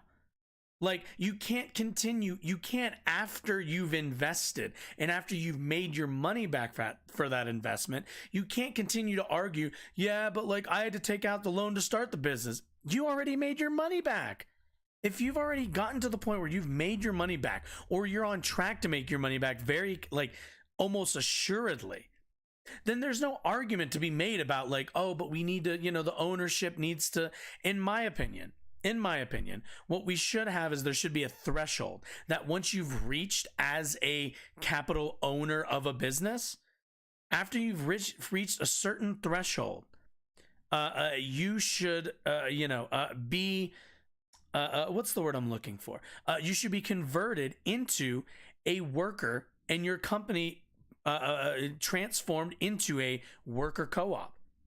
Your workers then would take the company, continue to have it function in the way that not only benefits them but benefits you as well, because you've become a worker now. But like this the idea of ownership into infinitum, I think is absurd. There is absolutely a point where the owner stopped creating value. Absolutely. They did it in the beginning. They took all the risk up front, and then they got paid throughout the years. But after a certain point, you've already made back your investment. You need to either go make another company, or you become part of this worker cooperation. You become part of it. Now your workers are going to decide how the company functions, everything else along with you. You'll get a voice just like they do. But like this outsized like influence over it, I think is just I think it's absurd. I don't think it's really conducive to good business either. It's good for one person. It's really good for the owner. They get to, if the company fails or does well, all these people's jobs are at risk. This person already made all of the, the person at the top already made all their money back. They can do whatever they want with the business. I don't think that's right for our for how to organize society from an economic and moral standpoint. Sure. And this is why, again, I'm not against collective bargaining in a free market system where you're saying, listen, and we do this on an individual level. I think one of the big problems that we've had in terms of collective bargaining is that because it used to be that labor was very striated, it was a lot easier to do collective bargaining because so many jobs now are sort of individualized. This isn't to speak to like fast food workers or something, but you're talking about, at our company, for example, or your company, for example, you have very specialized jobs. And so the idea that you can collectively bargain for very specialized jobs, with very specialized job descriptions, it's actually incredibly hard to do that with any level of actual rationale. No, I mostly agree with you on that. So for instance, look, we have a portion of TYT that is unionized. I'm not part of that union because of the specialized nature of the work I do. Correct. So these you couldn't unionize. Right. These are the graphics correct. artists, the editors. They decided to do it. More power to them. It's worked out, and I'm glad that they did it, and they're happy about it, right? But when I think about labor unions, I'm mostly thinking about major companies like, let's say, Amazon, which, you're seeing more and more of these Amazon warehouses either attempt to unionize or in some cases they've been successful in unionizing. I think it makes sense in that area, especially when you're talking about a company that's so massive that the workers are just they become numbers, right? So again, if people are willing to join a union and then go at the company that way, that's fine. My big problem is that I think the National Labor Relations Board is rigged completely on behalf. I'm sure you love the NLRB. I despise the NLRB more than is fantastic. The NLRB should be disbanded. It's a garbage organization. It's garbage. And I disagree with you on that wholeheartedly. Listen, the Starbucks stores that tried to unionize, and by the way, many of them, hundreds of them, have succeeded in their union elections, and they have unionized. I mean, imagine sticking up for Amazon on this end. Strategies that we've seen from the executives at Starbucks have been pretty disgusting. People who have been fired just because they've brought up the topic of organizing the workplace, just all sorts of violations. If it weren't for Biden's relatively labor-friendly NLRB, they'd have no protections at all. Well, I mean, your protection theoretically is in how good a job you do along with your fellow. Well, no, but no. But if you, like, I've had people in jobs, like, has this not happened to people where, the word union is mentioned and there's a manager, there is somebody higher up the food chain who will come to you and will be like, hey, look, you keep talking about this, they're going to close the store, or they're going to bring you in for, this or that, or, they'll find something that, maybe you're not a fit at the company anymore. Maybe this, maybe that.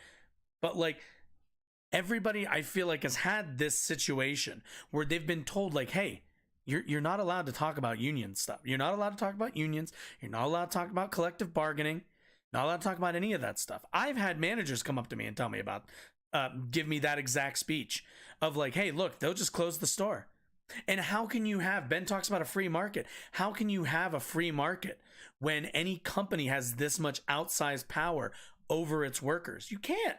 You can't have a free market. You can't have a free market if a company is allowed to shut down a store location on the threat of collective bargaining. You have to defend that like that workplace's ability to organize. They need the ability to organize, or they don't have any, like that. That's something that the NLRB is at the very least. At the absolute very least, is essential for, is giving workers the ability to even consider a collective bargaining, to even consider and engaging in what Ben has admitted is a fundamental part of free market capitalism. employees. Well, I mean, The when it NLRB, comes, I mean, I have, listen, the Yeah. NLRB is the kind of place where I made a joke online at one point that if somebody tried to take editorial control of my show on the basis of unionization, I would fire them. And the NLRB... they can't, though. I mean, that is a ridiculous thing for anyone to attempt to do. Well, Yeah. of course, the NLRB sent me a missive, and I had to get a lawyer to explain to them that, number one, it's a joke, and number two, because Wait, they actually try to do that? Oh, yes.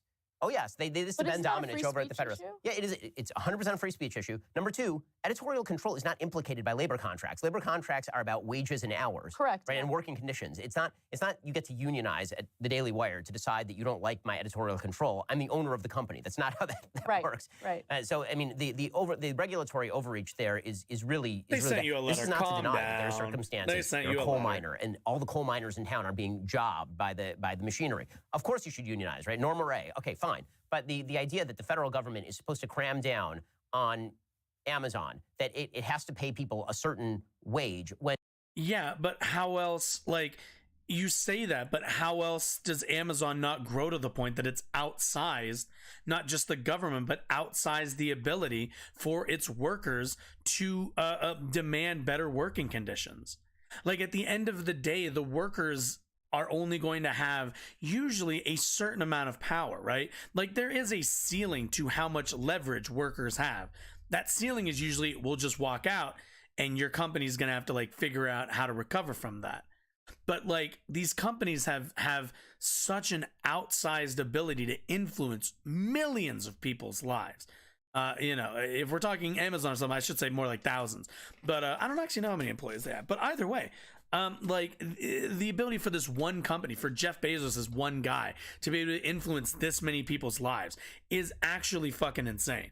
Like you need some kind of way to equalize these two groups. You can't do it through power. You do it through leverage.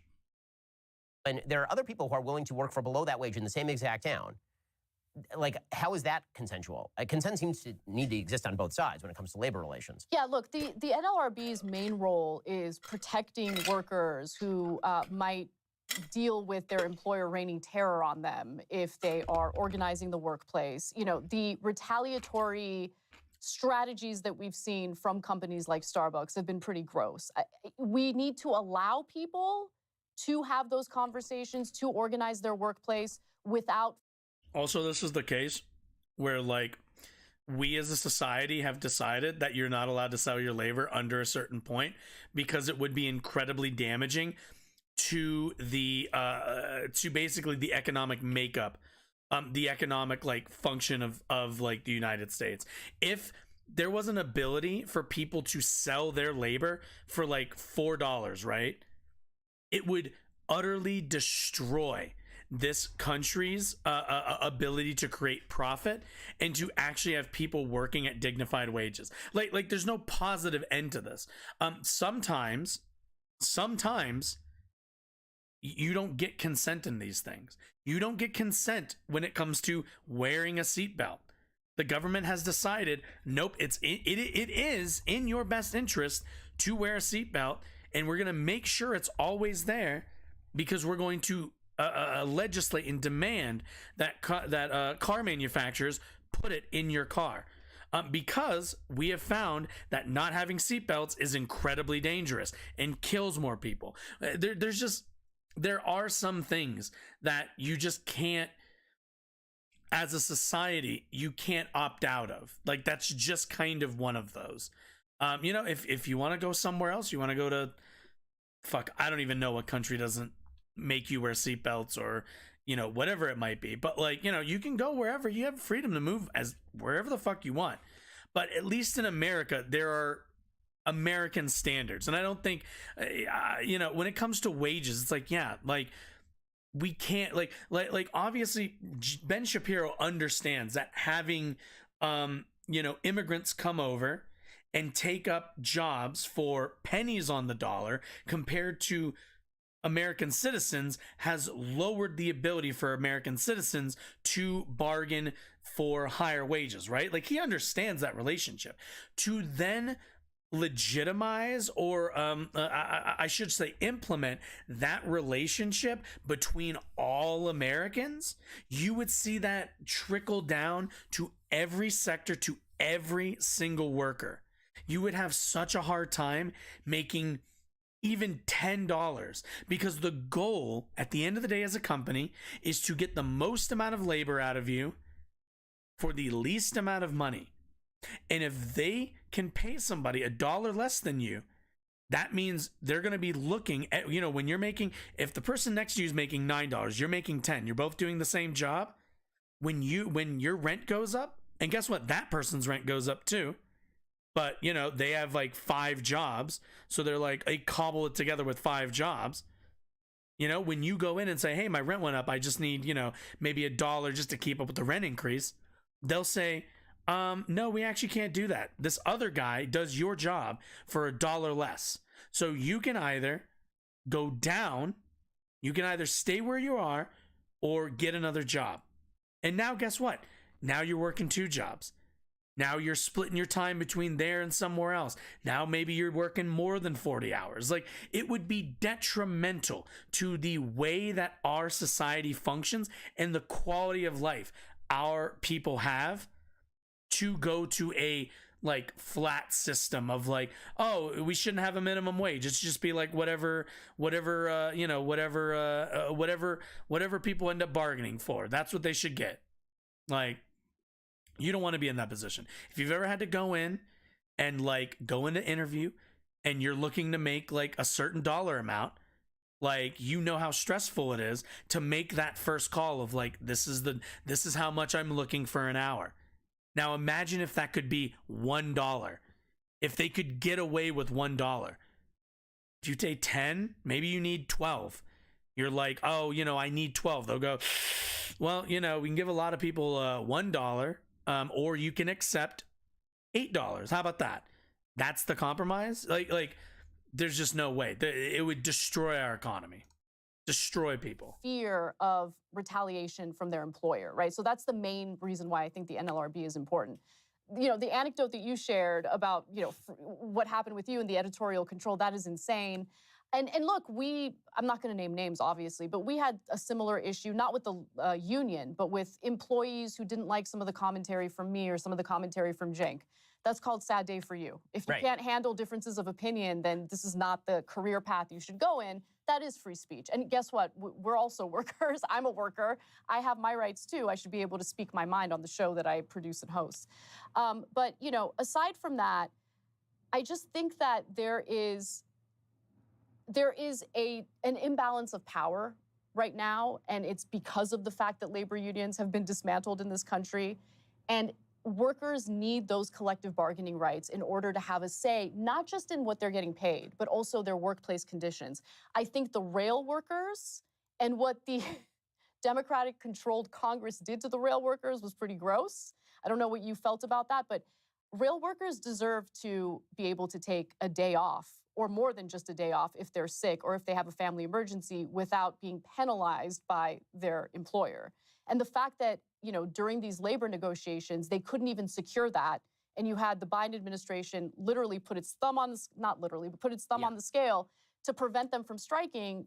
I disagree with entirely. So, on principle, I'm not in favor of unions being able to bargain for more than they can get. When it comes to the internal turmoil in the Democratic Party, having problems with the labor unions that it seeks to appease, I admit that I enjoyed it. But it shows you, but that's the thing, Ben, like, it's really important to differentiate between the principled left, right? I'm not just saying leftists, the principled left, those who actually want to empower labor, and then the Democrats who pay lip service to labor unions. And that is why you are seeing working people start to realign their political ideology, unfortunately, in some cases, with the right, because they will hear someone like Trump pay lip service to workers, even though talk is cheap. He didn't actually follow through with a lot of what he said. But just acknowledging those issues that workers have been dealing with made Trump super appealing to them. Well, I think in the future, one of the places where there will actually be bipartisan agreement is, I think indirectly, it will have serious effects on labor, but the sort of willingness now to face up to the threat that China represents is going to have some pretty dramatic impact on reshaping supply chains, on reshaping how manufacturing and labor work, particularly in the United States. And a lot of the outsourcing that has gone to China is going to be reshored in fairly short order, given the fact that both parties are now realizing what a threat China represents. Well, look, and aside from China being an adversary and all of that, and I'm a little uneasy with some of the rhetoric that I'm seeing, and it seems like an area where Democrats and Republicans are united. The rhetoric, I don't want it to lead toward an actual war with China, and I feel like I'm assuming this Biden is before irresponsible the big with some of the things he said, incident. If China I would make the invades assumption. Taiwan, we'll have boots on the ground. Don't say stuff like that. That's incredibly stupid. But in terms of the manufacturing issues, the supply chain issues, I'm very happy to see that politicians are finally waking up to the fact that we need to manufacture things in the United States. I mean, this is one of the failures of, Venezuela's policies. They stopped manufacturing things, started importing everything. And once oil prices went down, and oil, of course, is their number one commodity and export, they were screwed, right? So If you've ever seen Wu-Tang Financial, diversify your bonds. You don't want an economy that's based on only one sector. That will always eventually fail you. we experienced how insanely fragile our supply chains are. We need to manufacture jobs here in the manufacture products and bring jobs back here to the United States. I like that we're headed in that direction to some extent. The CHIPS Act is a good example of that. So we'll see. We'll see what happens. I think there's certain specified industries, chips are obviously one of them, right, where they actually implicate national security. And so you are going to see some right-left coalitions that are sort of odd when it comes to reshoring, that sort of stuff. Same with pharmaceutical drugs, by the way.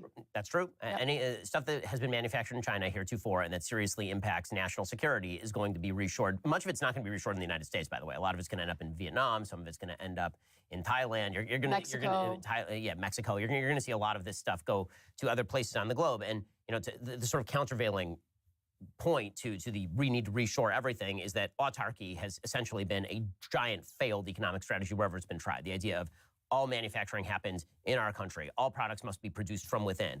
That generates economic failure. I mean, one of the reasons that Venezuela has failed is specifically because it is essentially economically isolated and self-isolated. I mean, they nationalized virtually all of their industry, and they prevented people from being able to own even within their country. I mean, there's foreign direct investment basically dried up. There's no money going into Venezuela. I mean, there's half of the story that's been told when it comes to the American economy about stagnating wages. The other half that has not been told is that what you get for your wages now is way better than what you got in 1980.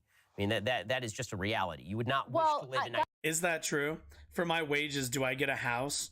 For my wages, do I get a, reasonably priced car?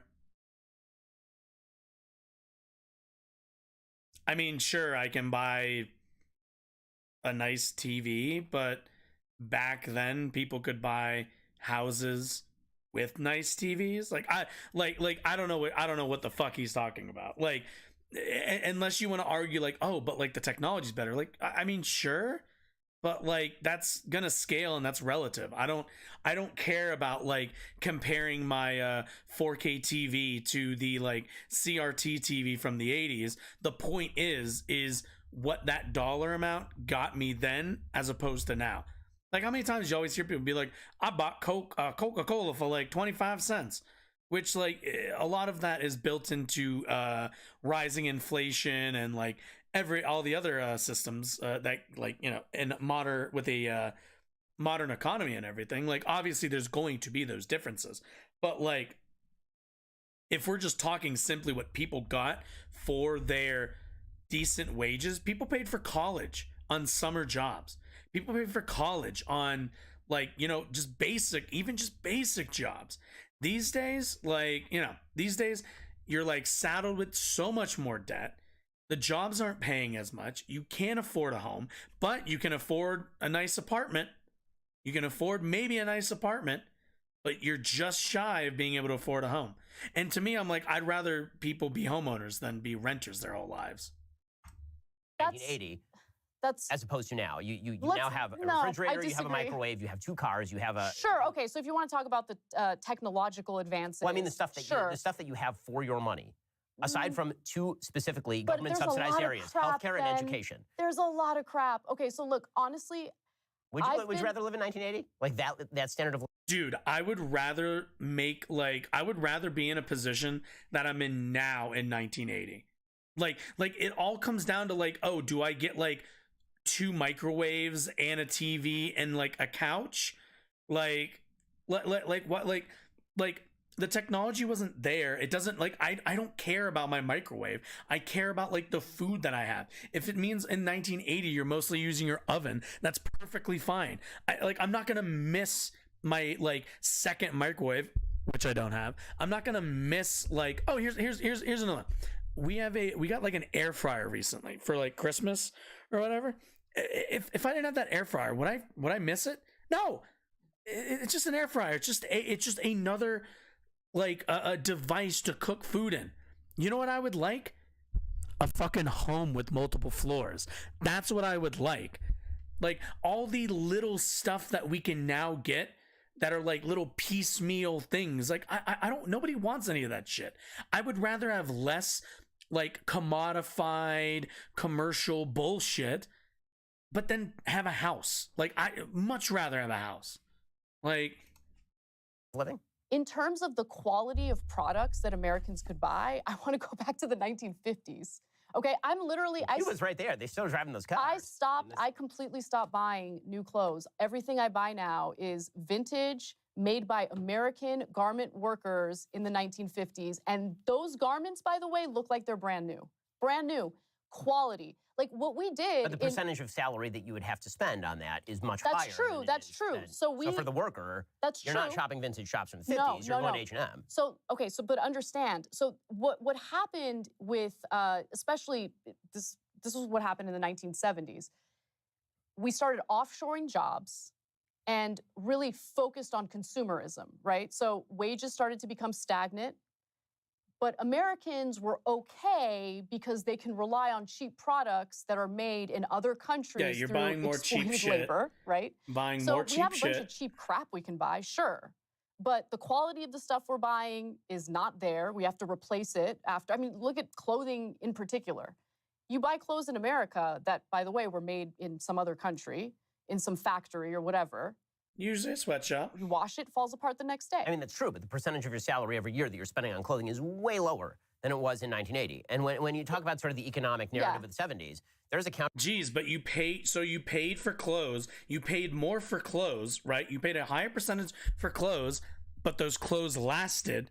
You also paid a higher percentage for your housing in the way of a mortgage, but you get a home. Like, these are just like, that's fine. I'm fine with paying a larger percentage of my paycheck to this or that thing if it means that I'm getting meaningful value out of it. Like, countervailing point of view, which is that heavy unionization, high labor costs in the 50s and 60s, and a time where literally the rest of the world was physically destroyed by World War II, gave us a head start, which we then blew over the course of the next 2 decades, to the point by the 1970s, we have a decade of economic stagnation with literally no stock growth from essentially 1963 all the way up till the early to mid-1980s. You have 20 years where your stocks don't actually appreciate in any serious way because the economy basically stops dead. We're getting outcompeted. The American car companies, which are the crown jewel of American industry, are getting outcompeted by Toyota and Hyundai. And by the 1970s, 1980s, we're importing all of those cars. That's not because we offshored to them. It's because we didn't offshore them. It's because we totally did offshore. Maybe not to Asian countries. We offshored a lot. I mean, think about the Rust Belt, right? And all the manufacturing jobs that went to Mexico. The offshoring happened later. That offshoring happened in the 70s, 80s, and 90s. Correct, that was an aspect of attempting to compete with the import of cars from other countries. I mean, Toyota becomes a world power in terms of being an actual global corporation because our Toyota also makes like incredibly good cars. Like, you know, for what it's worth, Toyota and Honda, there's a reason why people drive those for as long as they do. It's because they last. They're made with quality. Manufacturing costs in the United States are too high. We're living fat and happy off the excesses of the rest of the world being destroyed, essentially. And because of that, we could afford to do all this. We were the only game in town. And then we weren't the only game in town. Suddenly, Japan rises from the ashes and is an economic world power and is outproducing us when it comes to cars. And so you have 2 choices at that point. Either you go tariff, right? You actually start restricting. Okay, yeah, that's fair. Also, where's Japan's society right now? Not really great. Suicide rate, super high. what's it called? Their the way that the like hierarchy at like businesses in Japan work are rather, what's the word I would use?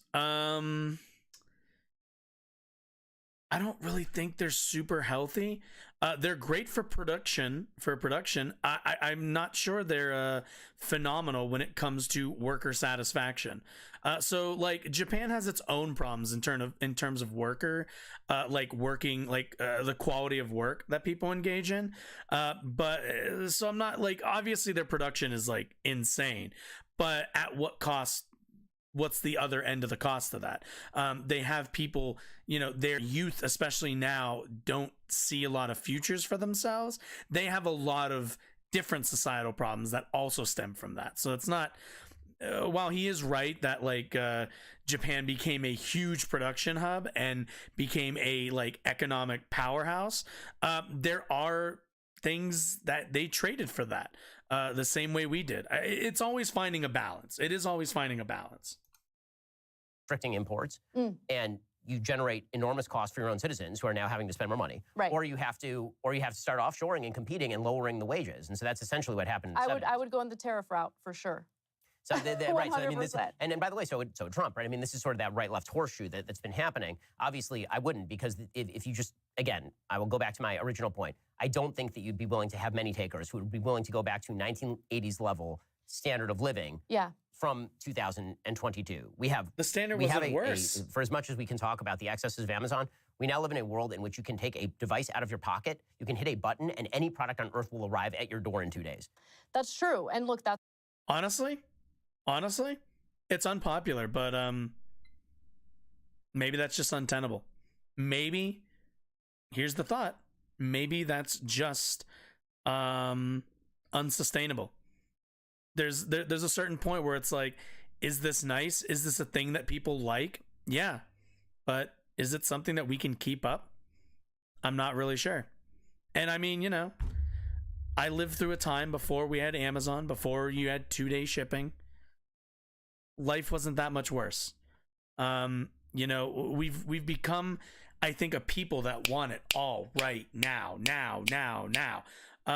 And that's a function of the way our economy has driven us and our consumer habits, which I don't think have been a positive development for us. It like sucks, but I do think that going back to a time when you couldn't get everything always so on demand, but your products was better. I think people, if like shown that like the quality doesn't take a hit, your like ability to constantly consume it might, maybe, but like if the quality of goods are just as good, if not higher, I think people could be amenable to a social change like that. That's part of consumerism, and it would certainly be a culture shock for Americans to like rethink whether or not they need all of this stuff that's made in other countries. So that's the honest trade-off. Yeah, and I appreciate the honest trade-off. No, and I am being honest. And look, I acknowledge that people might not agree with me. Most people might not agree with me. But for me, I, in my personal life, have become a lot more happy in rejecting that consumerist mentality. When I spend my money, I spend on quality items that are going to last. And I just feel better about my purchases knowing that it was made, at least at a time, when people were unionized, when they were actually making living wages, they were succeeding, they were able to buy homes for themselves and their families. I want to go back to that. Also, the kind of like economy that she's describing, wasn't this like constantly growing, constantly expanding, this like bloated kind of economy either. The economy that she's talking about was one of steady, reliable, boring, and this is also the thing that you heard a lot in like stock circles, very boring growth. And like boring growth never feels interesting, like to people who want to like make it big and do all, you know, this or that or the other. Like boring growth like feels like it takes forever for like, you know, things to, you know, for the economy to grow. There's like, you know, it's always this like dogged desire to see the economy grow by this or that percentage. And I can't help but just like wonder, it's like, I mean, what are we growing for? If we're not growing for quality of goods, we're just growing to what? Deliver profits to executives? The quality of items aren't getting better. So what is? The only person who benefits is the person at the top who's running the organization, who's on the board or whatever. Like, those are the only people who benefit from this system. Fast growth, fast profits that we have nowadays, very good for the people at the top. But they flame out and end up leaving a lot of emptiness in the people, in the like workers behind that. And also for the consumers. Things just kind of flash in the pan. It gets popular, it goes away. It gets popular, it goes away. I think consistent growth is what we also need to be looking towards. The time Anna's talking about was a time of much more, again, I said it earlier, consistent and boring, but reliable growth. The fact that most Americans now are not able to buy a home in America is insane. We need to figure out what it is that's leading to this. Well, we know why we have this inequality, what we can do to lessen that economic inequality, because we want more Americans to actually enjoy that slice of the once American dream. I mean, I think we certainly agree on enjoying the slice of American dream. How we get there is another question. Yeah. And when it comes to housing, I will mention that apartments are way bigger than they were in 1980. Houses are way, way bigger than they were. Are, yep. In But it doesn't matter. It doesn't matter that apartments are bigger than they were. You still don't own them. You're not building equity. Like, it doesn't matter. Not only is it not yours, but you have no control over it. Its prices can increase wildly, outsized inflation. There's so much insecurity in the apartment market. Like, regardless of whether they're bigger, whether this, that, or the other, this apartment, the one, what you see all back here, this shit was built in like the 80s or 70s, if I remember correctly. I forget what the paperwork on our lease says, but this was built in like the 70s or 80s. So like, we're living in a 70s, 80s sized apartment, paying modern prices. So also you have to take into account that like the quality hasn't gone up. You guys can't see it, but guess what? Popcorn ceiling. Guess what that was painted with? Lead paint. Like, am I paying less for this worse quality of paint? No. Am I paying less for this older built building? No. But somebody's making money off of it. And meanwhile, we don't live in a house. We're not building equity like within that home to then maybe use toward a bigger home or use towards just another home in a different area. So like the structures, the structure is the thing that needs to change. I don't care about the individual product. The individual product will get better or get worse, or usually they'll end up getting better through technological advancements. But like, if we're talking about what people could afford, especially back then compared to now, they could afford houses that they got to own and build equity on. I can't. I have to live with an apartment that was built in the 1980s at best, with lead paint and everything else with it. So like, how is this better? How is this any better? 1980. The real question, I think, and this is an open question, I think one that people are going to have to decide, is when it comes to inequality, you can essentially, democratic socialism, which you're an advocate for, redistributes things that are already there. Capitalism generates new and better things. And so the balance has always been, how much can you continue to generate new and better things when you are redistributing what's already there? Well, you're not taking into Also, capitalism doesn't create new and better. It creates new, sometimes better. There is no incentive in capitalism to always make better. The incentive is always to make cheaper. That is the incentive. Like, the incentive isn't to make a better car, it's to make a car at a lower price that you can then market a little bit better.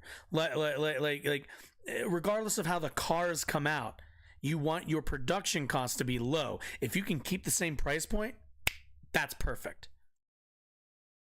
into account the financialization of our economy, right, which is completely disconnected from productivity.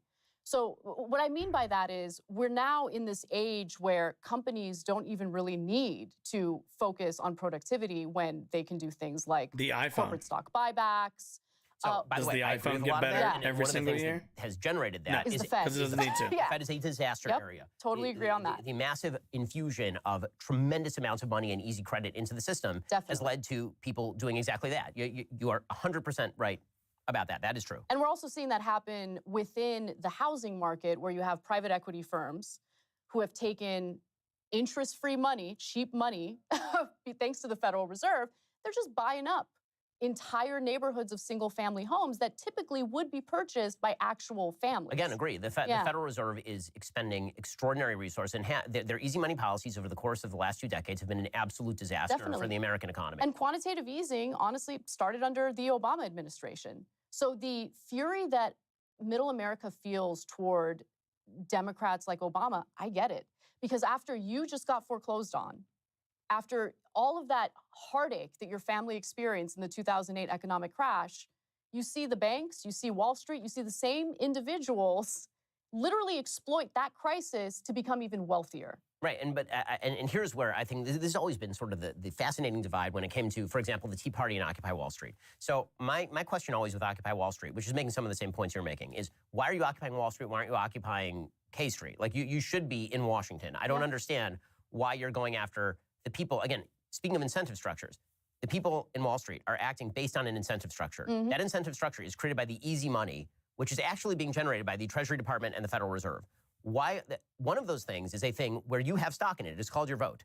And one of those things is a place you do not have stock in it, and that's called Wall Street, unless you actually have stock in the company, in which case you go to the shareholder meeting. So it seems to me that the focus should be placed on the origin of the public policy. If you and I can agree that the Federal Reserve should stop pumping money into the economy, and this will naturally lower the amount of easy money that is available for all of these places to buy up all of the single-family homes in Houston, for example, then I think we actually hit agreement. I think where we hit the disagreement is where you say, okay, we need to penalize these companies for buying up the single-family homes. No. When I really don't think that that's really the issue. Well, no, we need to do away with the ability for them to get that easy money and buy up the single-family homes. And honestly, one of the biggest issues, I think part of the reason why, or the main reason why the Obama administration went along with this whole quantitative easing policy is because whether you're talking about Democrats or Republicans, both parties have been captured by those corporate interests, thanks to unlimited campaign donations into political action committees, thanks to the fact that our politicians can be personally invested in individual stocks.